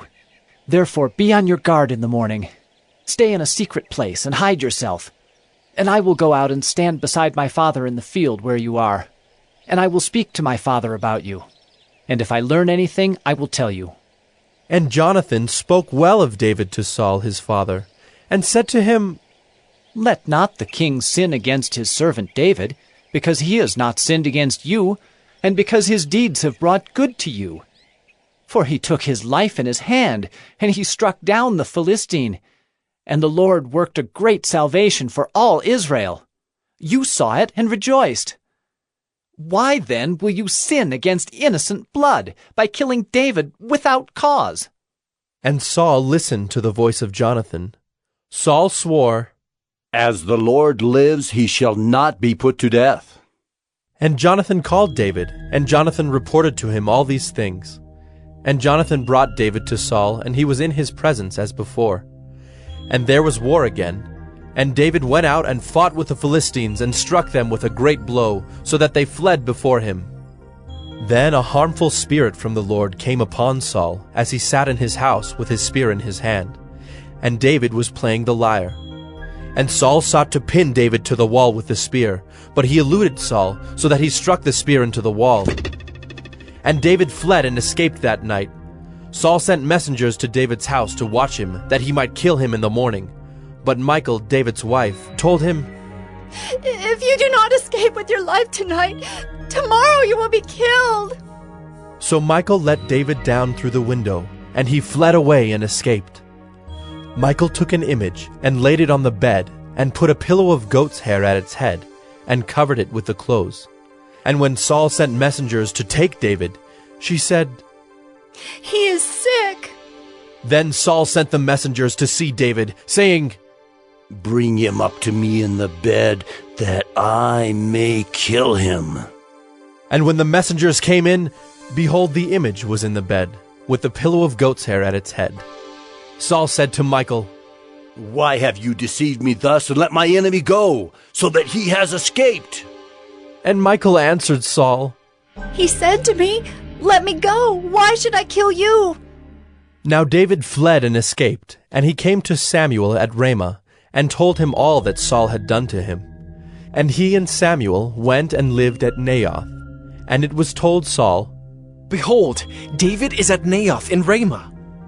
Then Saul sent messengers to take David, And when they saw the company of the prophets prophesying, and Samuel standing as head over them, the Spirit of God came upon the messengers of Saul, and they also prophesied. When it was told Saul, he sent other messengers, and they also prophesied. And Saul sent messengers again, the third time, and they also prophesied. Then he himself went to Ramah, and came to the great well that is in Secu, and he asked, Where are Samuel and David? And one said, Behold, they are at Naioth in Ramah. And he went there to Naioth in Ramah, and the Spirit of God came upon him also. And as he went, he prophesied until he came to Naioth in Ramah. And he too stripped off his clothes, and he too prophesied before Samuel, and lay naked all that day and all that night. Thus it is said, Is Saul also among the prophets? 1 Samuel 20. Then David fled from Naioth in Ramah, and came and said before Jonathan, What have I done? What is my guilt? And what is my sin before your father, that he seeks my life? And he said to him, Far from it. You shall not die. Behold, my father does nothing, either great or small, without disclosing it to me. And why should my father hide this from me? It is not so. But David vowed again, saying, Your father knows well that I have found favor in your eyes, and he thinks, Do not let Jonathan know this, lest he be grieved. But truly, as the Lord lives, and as your soul lives, there is but a step between me and death. Then Jonathan said to David, Whatever you say, I will do for you. David said to Jonathan, Behold, tomorrow is the new moon, and I should not fail to sit at table with the king, but let me go, that I may hide myself in the field till the third day at evening. If your father misses me at all, then say, David earnestly asked leave of me to run to Bethlehem his city, for there is a yearly sacrifice there for all the clan. If he says, Good, it will be well with your servant. But if he is angry, then know that harm is determined by him. Therefore deal kindly with your servant, for you have brought your servant into a covenant of the Lord with you. But if there is guilt in me, kill me yourself, for why should you bring me to your father? And Jonathan said, Far be it from you. If I knew that it was determined by my father that harm should come to you, would I not tell you? Then David said to Jonathan, Who will tell me if your father answers you roughly? And Jonathan said to David, Come, let us go out into the field. So they both went out into the field. And Jonathan said to David, The Lord, the God of Israel, be witness. When I have sounded out my father about this time tomorrow, or the third day, behold, if he is well disposed toward David, shall I not then send and disclose it to you?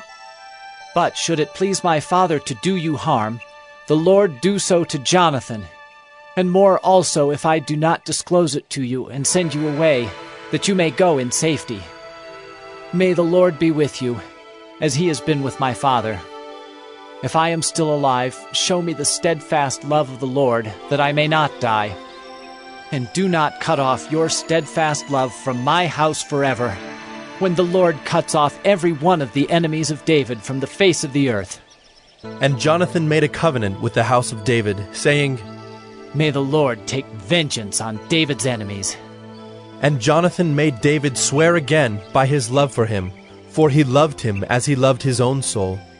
Then Jonathan said to him, Tomorrow is the new moon, and you will be missed because your seat will be empty. On the third day, go down quickly to the place where you hid yourself when the matter was in hand, and remain beside the stone heap. And I will shoot 3 arrows to the side of it, as though I shot at a mark. And behold, I will send the young man, saying, Go, find the arrows. If I say to the young man, Look, the arrows are on this side of you, take them. Then you are to come, for as the Lord lives, it is safe for you, and there is no danger. But if I say to the youth, Look, the arrows are beyond you, then go, for the Lord has sent you away. And as for the matter of which you and I have spoken, behold, the Lord is between you and me forever. So David hid himself in the field. And when the new moon came, the king sat down to eat food. The king sat on his seat, as at other times, on the seat by the wall. Jonathan sat opposite, and Abner sat by Saul's side. but David's place was empty. Yet Saul did not say anything that day, for he thought, "Something has happened to him. He is not clean. Surely he is not clean." But on the second day, the day after the new moon, David's place was empty.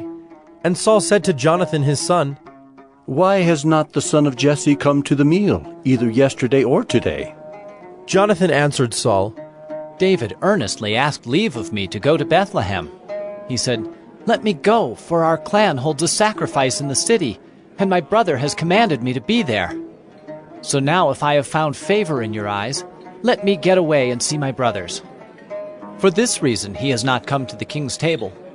Then Saul's anger was kindled against Jonathan, and he said to him, "You son of a perverse, rebellious woman, do I not know that you have chosen the son of Jesse to your own shame and to the shame of your mother's nakedness? For as long as the son of Jesse lives on the earth, neither you nor your kingdom shall be established. Therefore send and bring him to me, for he shall surely die." Then Jonathan answered Saul his father, "Why should he be put to death? What has he done?" But Saul hurled his spear at him to strike him. So Jonathan knew that his father was determined to put David to death. And Jonathan rose from the table in fierce anger and ate no food the second day of the month, for he was grieved for David, because his father had disgraced him. In the morning Jonathan went out into the field to the appointment with David, and with him a little boy. And he said to his boy, "Run and find the arrows that I shoot." As the boy ran, he shot an arrow beyond him. And when the boy came to the place of the arrow that Jonathan had shot, Jonathan called after the boy and said, "Is not the arrow beyond you?" And Jonathan called after the boy, "Hurry! Be quick! Do not stay!" So Jonathan's boy gathered up the arrows and came to his master. But the boy knew nothing. Only Jonathan and David knew the matter. And Jonathan gave his weapons to his boy, and said to him, "Go and carry them to the city." And as soon as the boy had gone, David rose from beside the stone heap, and fell on his face to the ground, and bowed 3 times. And they kissed one another and wept with one another, David weeping the most. Then Jonathan said to David, "Go in peace, because we have sworn both of us in the name of the Lord, saying, 'The Lord shall be between me and you, and between my offspring and your offspring, forever.'" And he rose and departed, and Jonathan went into the city. 1 Samuel 21. Then David came to Nob, to Ahimelech the priest. And Ahimelech came to meet David trembling, and said to him, "Why are you alone, and no one with you?" And David said to Ahimelech the priest, "The king has charged me with a matter and said to me, 'Let no one know anything of the matter about which I send you, and with which I have charged you. I have made an appointment with the young men for such and such a place. Now then, what do you have on hand? Give me 5 loaves of bread, or whatever is here." And the priest answered David, "I have no common bread on hand, but there is holy bread, if the young men have kept themselves from women." And David answered the priest, "Truly women have been kept from us as always when I go on an expedition. The vessels of the young men are holy even when it is an ordinary journey. How much more today will their vessels be holy?" So the priest gave him the holy bread, for there was no bread there but the bread of the presence, which is removed from before the Lord, to be replaced by hot bread on the day it is taken away. Now a certain man of the servants of Saul was there that day, detained before the Lord. His name was Doeg the Edomite, the chief of Saul's herdsmen. Then David said to Ahimelech, "Then have you not here a spear or a sword at hand? For I have brought neither my sword nor my weapons with me, because the king's business required haste." And the priest said, "The sword of Goliath the Philistine, whom you struck down in the valley of Elah, behold, it is here wrapped in a cloth behind the ephod. If you will take that, take it, for there is none but that here." And David said, "There is none like that. Give it to me." And David rose and fled that day from Saul, and went to Achish the king of Gath. And the servants of Achish said to him, Is not this David the king of the land? Did they not sing to one another of him in dances? Saul has struck down his thousands, and David his 10,000s. And David took these words to heart, and was much afraid of Achish, the king of Gath. So he changed his behavior before them, and pretended to be insane in their hands, and made marks on the doors of the gate, and let his spittle run down his beard. Then Achish said to his servants, Behold, you see the man is mad. Why then have you brought him to me? Do I lack madmen, that you have brought this fellow to behave as a madman in my presence? Shall this fellow come into my house? 1 Samuel 22. David departed from there, and escaped to the cave of Adullam. And when his brothers and all his father's house heard it, they went down there to him.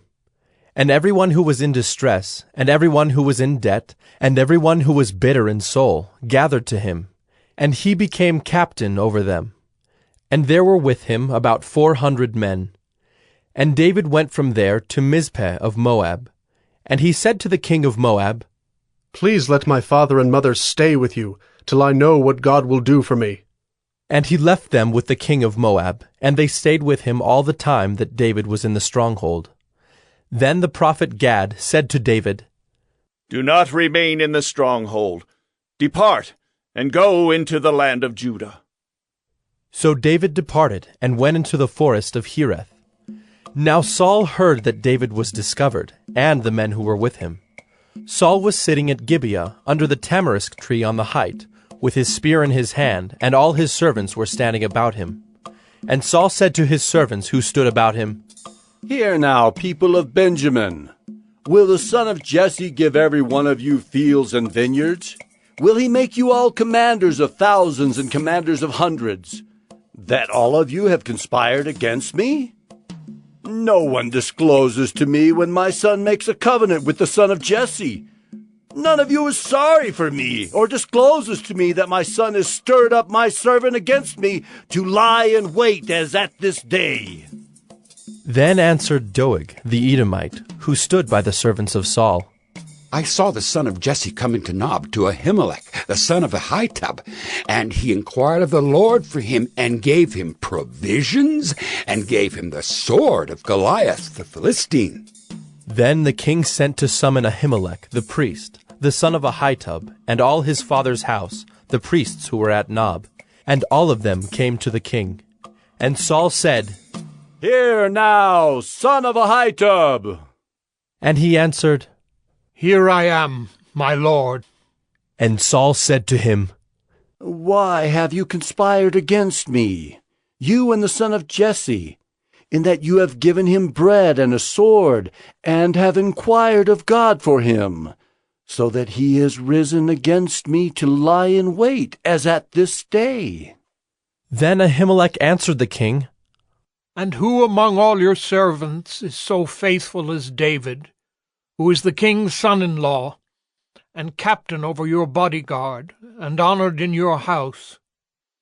Is today the first time that I have inquired of God for him? No. Let not the king impute anything to his servant, or to all the house of my father, for your servant has known nothing of all this, much or little. And the king said, You shall surely die, Ahimelech, you and all your father's house. And the king said to the guard who stood about him, Turn and kill the priests of the Lord, because their hand also is with David, and they knew that he fled and did not disclose it to me. But the servants of the king would not put out their hand to strike the priests of the Lord. Then the king said to Doeg, You, turn and strike the priests. And Doeg the Edomite turned and struck down the priests, and he killed on that day 85 persons who wore the linen ephod. And Nob, the city of the priests, he put to the sword. Both man and woman, child and infant, ox, donkey, and sheep, he put to the sword. But one of the sons of Ahimelech, the son of Ahitub, named Abiathar, escaped and fled after David. And Abiathar told David that Saul had killed the priests of the Lord. And David said to Abiathar, I knew on that day, when Doeg the Edomite was there, that he would surely tell Saul, I have occasioned the death of all the persons of your father's house. Stay with me, do not be afraid, for he who seeks my life seeks your life. With me you shall be in safe keeping. 1 Samuel 23. Now they told David, Behold, the Philistines are fighting against Keilah and are robbing the threshing floors. Therefore David inquired of the Lord, Shall I go and attack these Philistines? And the Lord said to David, Go and attack the Philistines and save Keilah. But David's men said to him, Behold, we are afraid here in Judah. How much more then if we go to Keilah against the armies of the Philistines? Then David inquired of the Lord again, and the Lord answered him, Arise, go down to Keilah, for I will give the Philistines into your hand. And David and his men went to Keilah, and fought with the Philistines, and brought away their livestock, and struck them with a great blow. So David saved the inhabitants of Keilah. When Abiathar, the son of Ahimelech, had fled to David to Keilah, he had come down with an ephod in his hand. Now it was told Saul that David had come to Keilah, and Saul said, God has given him into my hand, for he has shut himself in by entering a town that has gates and bars. And Saul summoned all the people to war, to go down to Keilah, to besiege David and his men. David knew that Saul was plotting harm against him, and he said to Abiathar the priest, Bring the ephod here. Then said David, O Lord, the God of Israel, your servant has surely heard that Saul seeks to come to Keilah to destroy the city on my account. Will the men of Keilah surrender me into his hand? Will Saul come down, as your servant has heard? O Lord, the God of Israel, please tell your servant. And the Lord said, He will come down. Then David said, Will the men of Keilah surrender me and my men into the hand of Saul? And the Lord said, They will surrender you. Then David and his men, who were about 600, arose and departed from Keilah, and they went wherever they could go. When Saul was told that David had escaped from Keilah, he gave up the expedition. And David remained in the strongholds in the wilderness, in the hill country of the wilderness of Ziph. And Saul sought him every day, but God did not give him into his hand. David saw that Saul had come out to seek his life.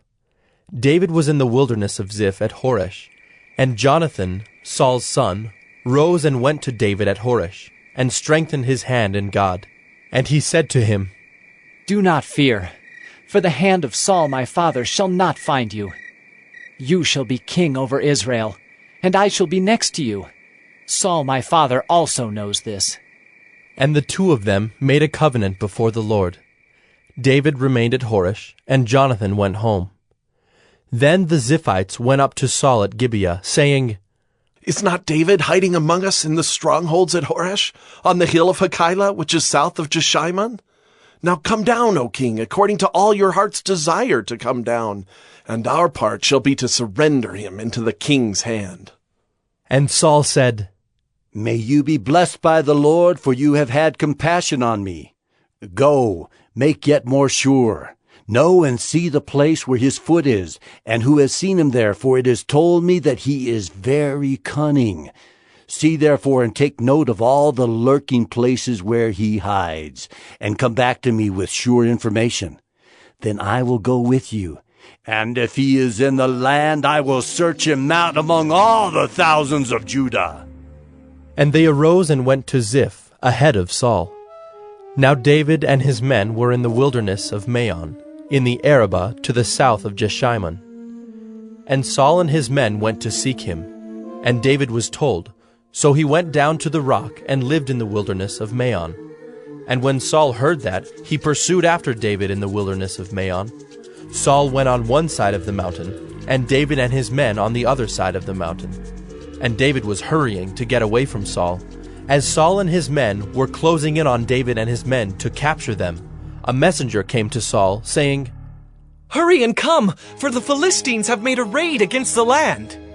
So Saul returned from pursuing after David and went against the Philistines. Therefore, that place was called the Rock of Escape. And David went up from there and lived in the strongholds of En-gedi. 1 Samuel 24. When Saul returned from following the Philistines, he was told, "Behold, David is in the wilderness of En-gedi." Then Saul took 3,000 chosen men out of all Israel and went to seek David and his men in front of the wild goats' rocks.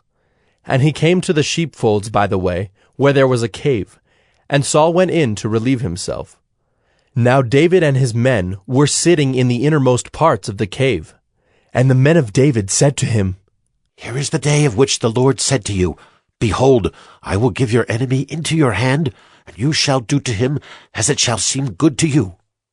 Then David arose and stealthily cut off a corner of Saul's robe. And afterward David's heart struck him because he had cut off a corner of Saul's robe.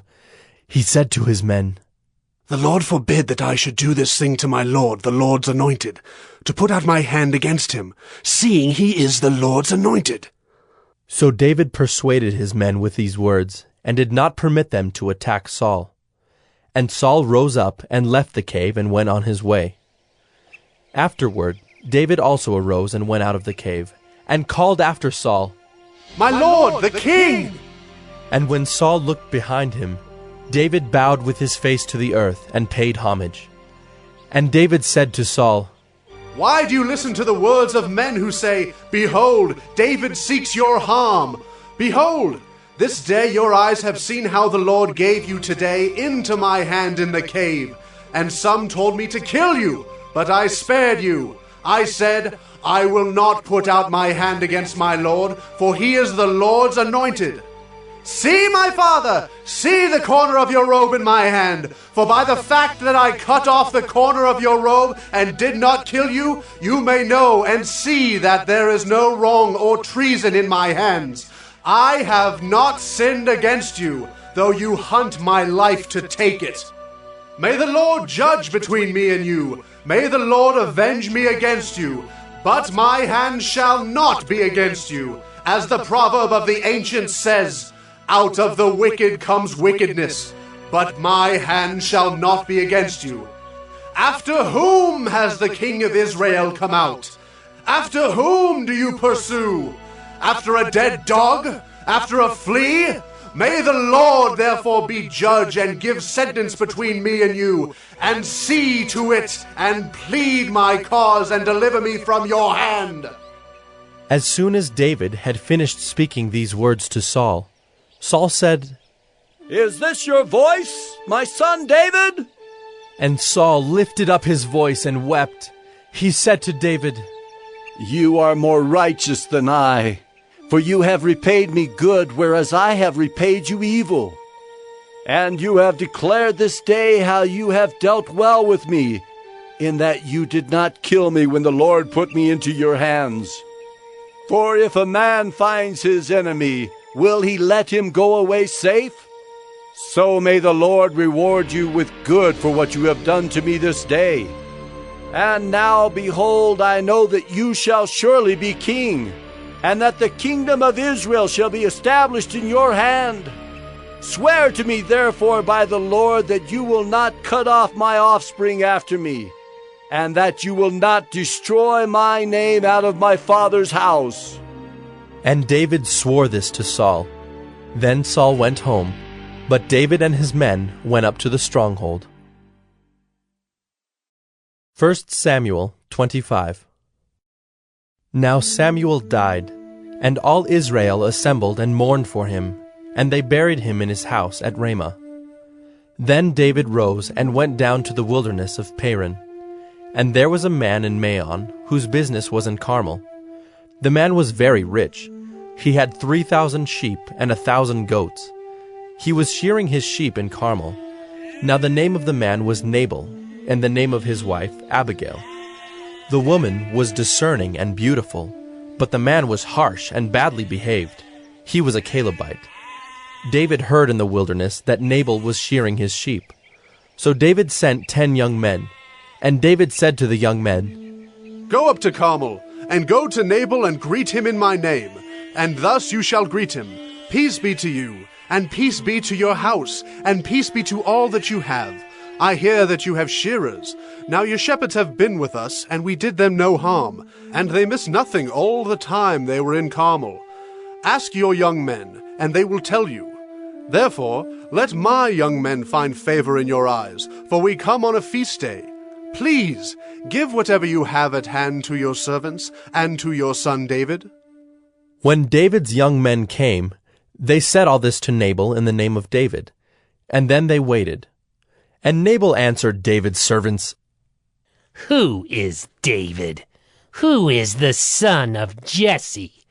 There are many servants these days who are breaking away from their masters. Shall I take my bread and my water and my meat that I have killed for my shearers and give it to men who come from I do not know where?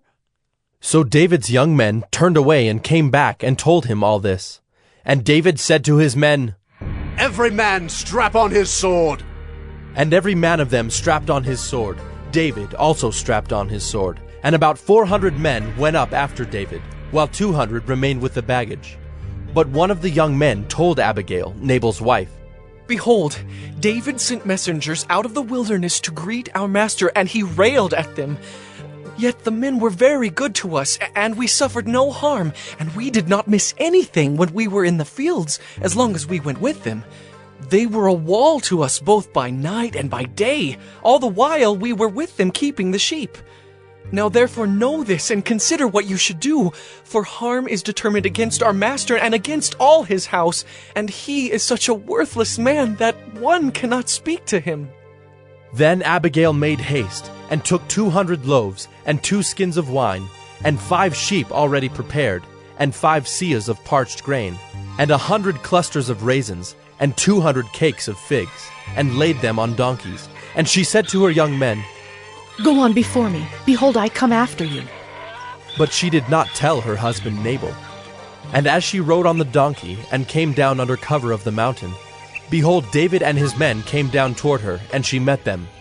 Now David had said, Surely in vain have I guarded all that this fellow has in the wilderness, so that nothing was missed of all that belonged to him, and he has returned me evil for good.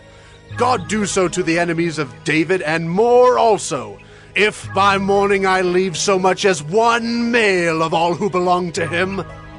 When Abigail saw David, she hurried and got down from the donkey, and fell before David on her face, and bowed to the ground. She fell at his feet, and said, On me alone, my lord, be the guilt. Please let your servant speak in your ears, and hear the words of your servant. Let not my lord regard this worthless fellow Nabal, for as his name is, so is he. Nabal is his name, and folly is with him. But I, your servant, did not see the young men of my lord whom you sent.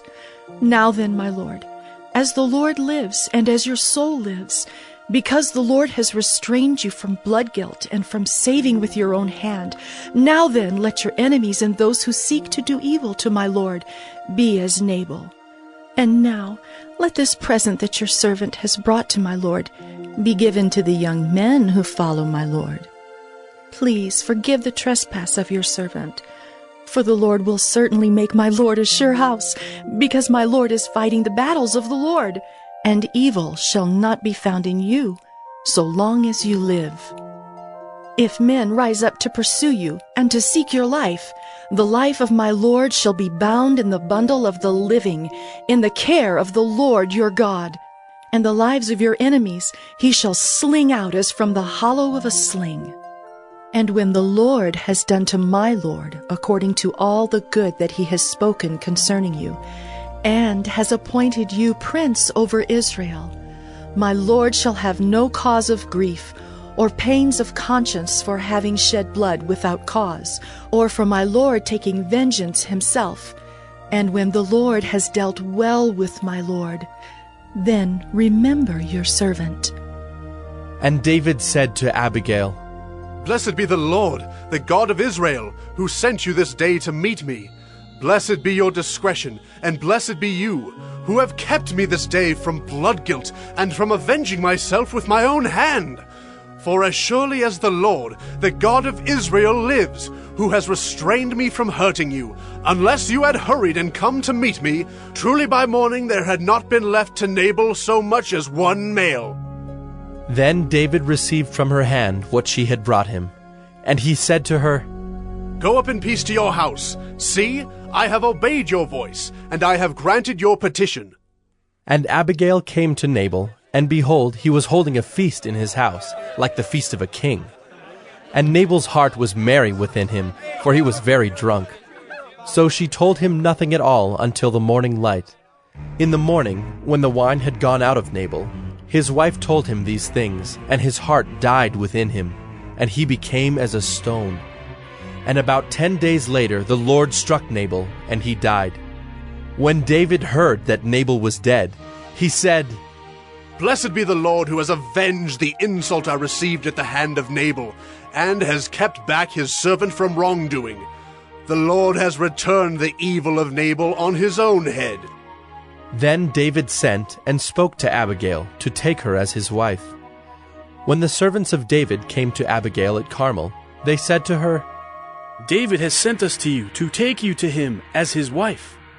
And she rose and bowed with her face to the ground, and said, Behold, your handmaid is a servant to wash the feet of the servants of my Lord. And Abigail hurried and rose and mounted a donkey, and her 5 young women attended her. She followed the messengers of David and became his wife. David also took Ahinoam of Jezreel, and both of them became his wives. Saul had given Michal his daughter, David's wife, to Paltai the son of Laish, who was of Gallim. 1 Samuel 26. Then the Ziphites came to Saul at Gibeah, saying, Is not David hiding himself on the hill of Hachilah, which is on the east of Jeshimon? So Saul arose and went down to the wilderness of Ziph, with 3,000 chosen men of Israel, to seek David in the wilderness of Ziph. And Saul encamped on the hill of Hachilah, which is beside the road on the east of Jeshimon. But David remained in the wilderness. When he saw that Saul came after him into the wilderness, David sent out spies and learned that Saul had come. Then David rose and came to the place where Saul had encamped. And David saw the place where Saul lay, with Abner the son of Ner, the commander of his army. Saul was lying within the encampment, while the army was encamped around him. Then David said to Ahimelech the Hittite, and to Joab's brother Abishai, the son of Zeruiah, Who will go down with me into the camp to Saul? And Abishai said, I will go down with you. So David and Abishai went to the army by night. And there lay Saul sleeping within the encampment, with his spear stuck in the ground at his head, and Abner and the army lay around him. Then said Abishai to David, God has given your enemy into your hand this day. Now please let me pin him to the earth with one stroke of the spear, and I will not strike him twice. But David said to Abishai, Do not destroy him, for who can put out his hand against the Lord's anointed and be guiltless? And David said, As the Lord lives, the Lord will strike him, or his day will come to die, or he will go down into battle and perish. The Lord forbid that I should put out my hand against the Lord's anointed. But take now the spear that is at his head and the jar of water, and let us go. So David took the spear and the jar of water from Saul's head, and they went away. No man saw it or knew it, nor did any awake, for they were all asleep, because a deep sleep from the Lord had fallen upon them. Then David went over to the other side, and stood far off on the top of the hill, with a great space between them. And David called to the army, and to Abner the son of Ner, saying, Will you not answer, Abner? Then Abner answered, Who are you who calls to the king? And David said to Abner, Are you not a man? Who is like you in Israel? Why then have you not kept watch over your lord the king? For one of the people came in to destroy the king your lord. This thing that you have done is not good. As the Lord lives, you deserve to die, because you have not kept watch over your Lord, the Lord's anointed. And now see where the king's spear is, and the jar of water that was at his head? Saul recognized David's voice and said, Is this your voice, my son David? And David said, It is my voice, my lord, O king. And he said, Why does my lord pursue after his servant? For what have I done? What evil is on my hands? Now therefore let my lord the king hear the words of his servant. If it is the Lord who has stirred you up against me, may he accept an offering. But if it is men, may they be cursed before the Lord. For they have driven me out this day, that I should have no share in the heritage of the Lord, saying, Go serve other gods. Now therefore, let not my blood fall to the earth away from the presence of the Lord. For the king of Israel has come out to seek a single flea, like one who hunts a partridge in the mountains. Then Saul said, I have sinned. Return, my son David, for I will no more do you harm, because my life was precious in your eyes this day. Behold, I have acted foolishly, and have made a great mistake. And David answered and said, Here is the spear, O king. Let one of the young men come over and take it. The Lord rewards every man for his righteousness and his faithfulness, for the Lord gave you into my hand today, and I would not put out my hand against the Lord's anointed.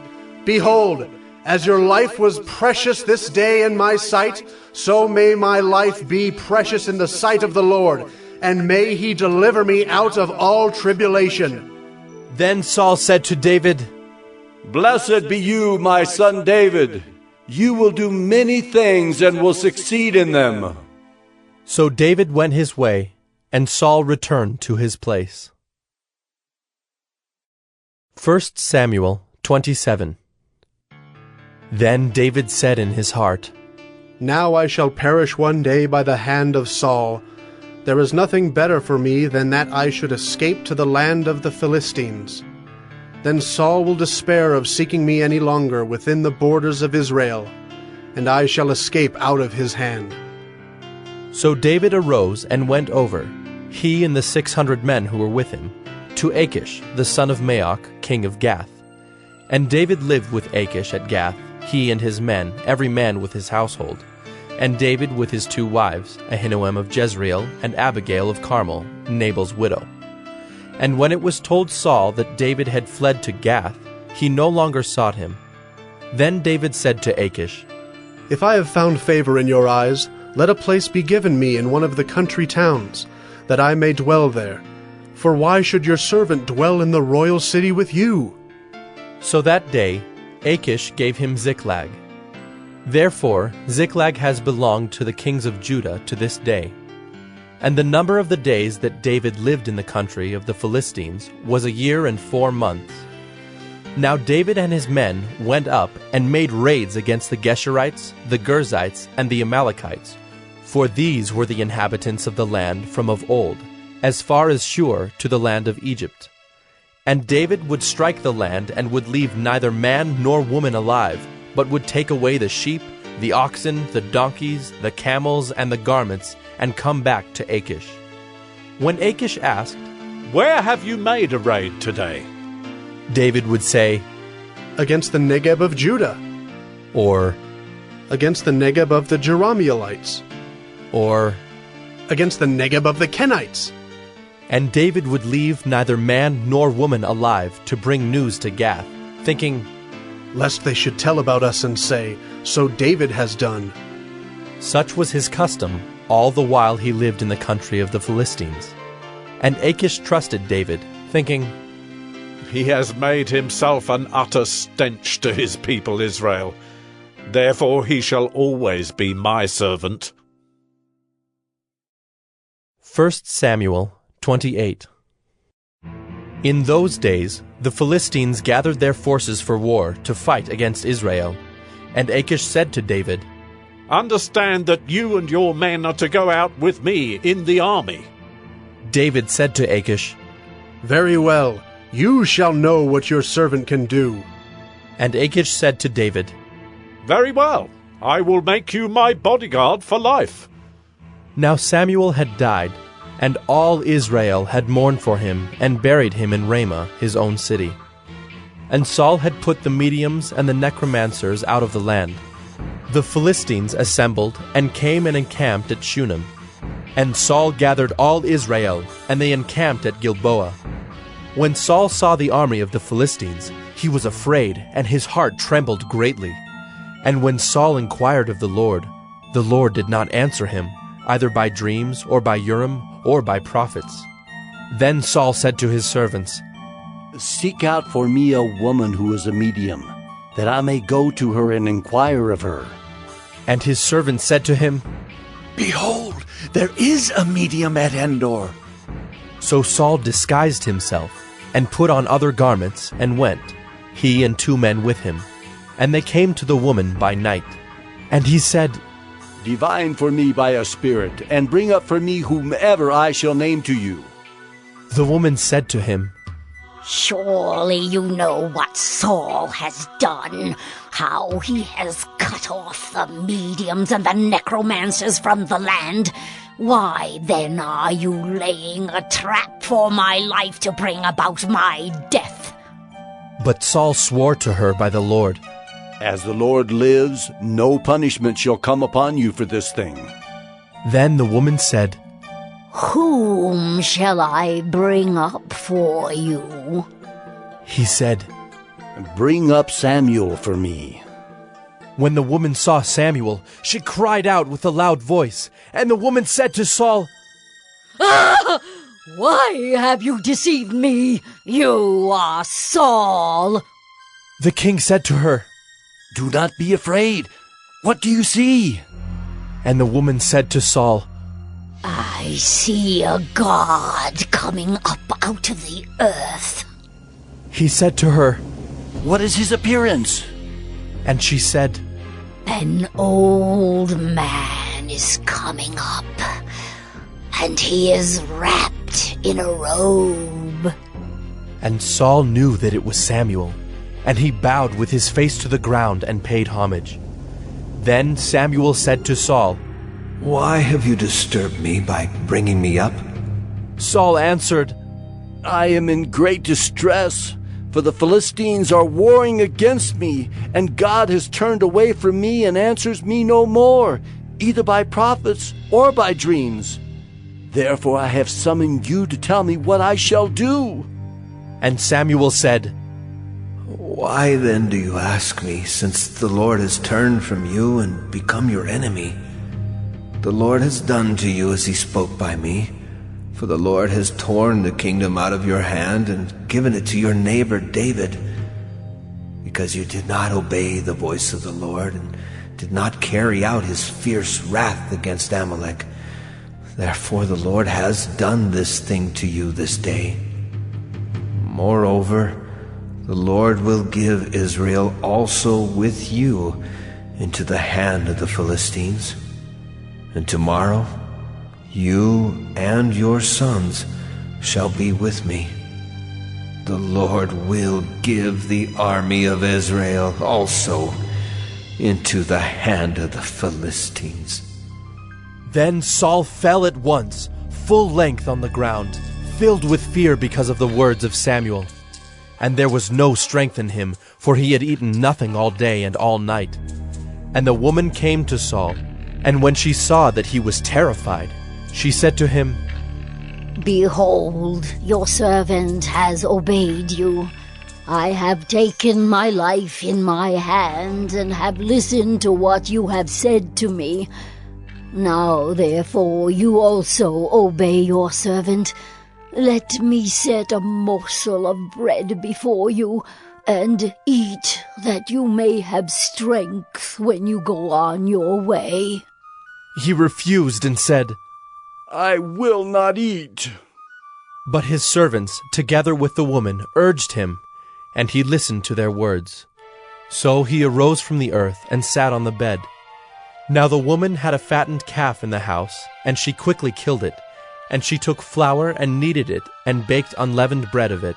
And she put it before Saul and his servants, and they ate.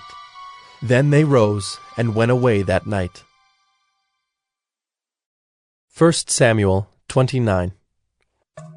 Now the Philistines had gathered all their forces at Aphek, and the Israelites were encamped by the spring that is in Jezreel. As the lords of the Philistines were passing on by hundreds and by thousands, and David and his men were passing on in the rear with Achish, the commanders of the Philistines said, "What are these Hebrews doing here?" And Achish said to the commanders of the Philistines, "Is this not David, the servant of Saul, king of Israel, who has been with me now for days and years? And since he deserted to me, I have found no fault in him to this day." But the commanders of the Philistines were angry with him, and the commanders of the Philistines said to him, "Send the man back, that he may return to the place to which you have assigned him. He shall not go down with us to battle, lest in the battle he become an adversary to us. For how could this fellow reconcile himself to his lord? Would it not be with the heads of the men here? Is not this David of whom they sing to one another in dances? Saul has struck down his thousands, and David his 10,000s. Then Achish called David and said to him, "As the Lord lives, you have been honest, and to me it seems right that you should march out and in with me in the campaign. For I have found nothing wrong in you from the day of your coming to me to this day. Nevertheless, the lords do not approve of you. So go back now and go peaceably, that you may not displease the lords of the Philistines." And David said to Achish, "But what have I done? What have you found in your servant from the day I entered your service until now, that I may not go and fight against the enemies of my lord the king?" And Achish answered David and said, "I know that you are as blameless in my sight as an angel of God. Nevertheless, the commanders of the Philistines have said, 'He shall not go up with us to the battle.'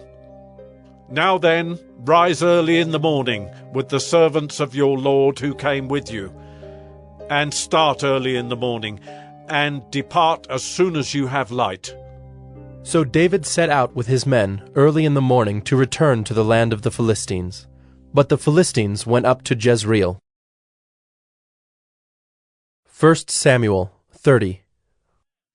Now when David and his men came to Ziklag on the third day, the Amalekites had made a raid against the Negeb and against Ziklag. They had overcome Ziklag and burned it with fire, and taken captive the women and all who were in it, both small and great. They killed no one, but carried them off and went their way. And when David and his men came to the city, they found it burned with fire, and their wives and sons and daughters taken captive. Then David and the people who were with him raised their voices and wept until they had no more strength to weep. David's 2 wives also had been taken captive, Ahinoam of Jezreel, and Abigail, the widow of Nabal of Carmel. And David was greatly distressed, for the people spoke of stoning him, because all the people were bitter in soul, each for his sons and daughters. But David strengthened himself in the Lord his God. And David said to Abiathar the priest, the son of Ahimelech, "Bring me the ephod." So Abiathar brought the ephod to David. And David inquired of the Lord, "Shall I pursue after this band? Shall I overtake them?" He answered him, "Pursue, for you shall surely overtake and shall surely rescue." So David set out, and the 600 men who were with him, and they came to the brook Besor, where those who were left behind stayed. But David pursued, he and 400 men. 200 stayed behind, who were too exhausted to cross the brook Besor. They found an Egyptian in the open country, and brought him to David. And they gave him bread, and he ate. They gave him water to drink, and they gave him a piece of a cake of figs, and 2 clusters of raisins. And when he had eaten, his spirit revived, for he had not eaten bread or drunk water for 3 days and 3 nights. And David said to him, "To whom do you belong, and where are you from?" He said, "I am a young man of Egypt, servant to an Amalekite. And my master left me behind, because I fell sick 3 days ago. We had made a raid against the Negeb of the Kerethites, and against that which belongs to Judah, and against the Negeb of Caleb, and we burned Ziklag with fire. And David said to him, Will you take me down to this band? And he said, Swear to me by God that you will not kill me, or deliver me into the hands of my master, and I will take you down to this band. And when he had taken him down, behold, they were spread abroad over all the land, eating and drinking and dancing, because of all the great spoil they had taken from the land of the Philistines and from the land of Judah. And David struck them down from twilight until the evening of the next day, and not a man of them escaped, except 400 young men, who mounted camels and fled. David recovered all that the Amalekites had taken, and David rescued his 2 wives. Nothing was missing, whether small or great, sons or daughters, spoil or anything that had been taken. David brought back all. David also captured all the flocks and herds, and the people drove the livestock before him, and said, This is David's spoil. Then David came to the 200 men who had been too exhausted to follow David, and who had been left at the brook Besor. And they went out to meet David, and to meet the people who were with him. And when David came near to the people, he greeted them. Then all the wicked and worthless fellows among the men who had gone with David said, Because they did not go with us, we will not give them any of the spoil that we have recovered, except that each man may lead away his wife and children, and depart. But David said, You shall not do so, my brothers, with what the Lord has given us. He has preserved us and given into our hand the band that came against us. Who would listen to you in this matter? For as his share is who goes down into the battle, so shall his share be who stays by the baggage. They shall share alike. And he made it a statute and a rule for Israel from that day forward to this day. When David came to Ziklag, he sent part of the spoil to his friends, the elders of Judah, saying, Here is a present for you from the spoil of the enemies of the Lord. It was for those in Bethel, in Ramoth of the Negeb, in Jadar, in Aroer, in Siphmoth in Eshtemoa, in Rachel, in the cities of the Jerahmeelites, in the cities of the Kenites, in Hormah, in Bor-Ashan, in Athak, in Hebron, for all the places where David and his men had roamed. 1 Samuel 31. Now the Philistines fought against Israel, and the men of Israel fled before the Philistines, and fell slain on Mount Gilboa. And the Philistines overtook Saul and his sons, and the Philistines struck down Jonathan and Abinadab and Melchi-Shua, the sons of Saul. The battle pressed hard against Saul, and the archers found him, and he was badly wounded by the archers. Then Saul said to his armor-bearer, Draw your sword, and thrust me through with it, lest these uncircumcised come and thrust me through and mistreat me. But his armor-bearer would not, for he feared greatly. Therefore Saul took his own sword and fell upon it. And when his armor-bearer saw that Saul was dead, he also fell upon his sword and died with him. Thus Saul died, and his 3 sons, and his armor-bearer, and all his men on the same day together. And when the men of Israel, who were on the other side of the valley, and those beyond the Jordan, saw that the men of Israel had fled, and that Saul and his sons were dead, they abandoned their cities and fled. And the Philistines came and lived in them. The next day, when the Philistines came to strip the slain, they found Saul and his 3 sons fallen on Mount Gilboa. So they cut off his head, and stripped off his armor, and sent messengers throughout the land of the Philistines to carry the good news to the house of their idols, and to the people. They put his armor in the temple of Ashtaroth, and they fastened his body to the wall of Bethshan. But when the inhabitants of Jabesh-Gilead heard what the Philistines had done to Saul, all the valiant men arose, and went all night, and took the body of Saul, and the bodies of his sons from the wall of Bethshan. And they came to Jabesh, and burned them there. And they took their bones, and buried them under the tamarisk tree in Jabesh, and fasted 7 days.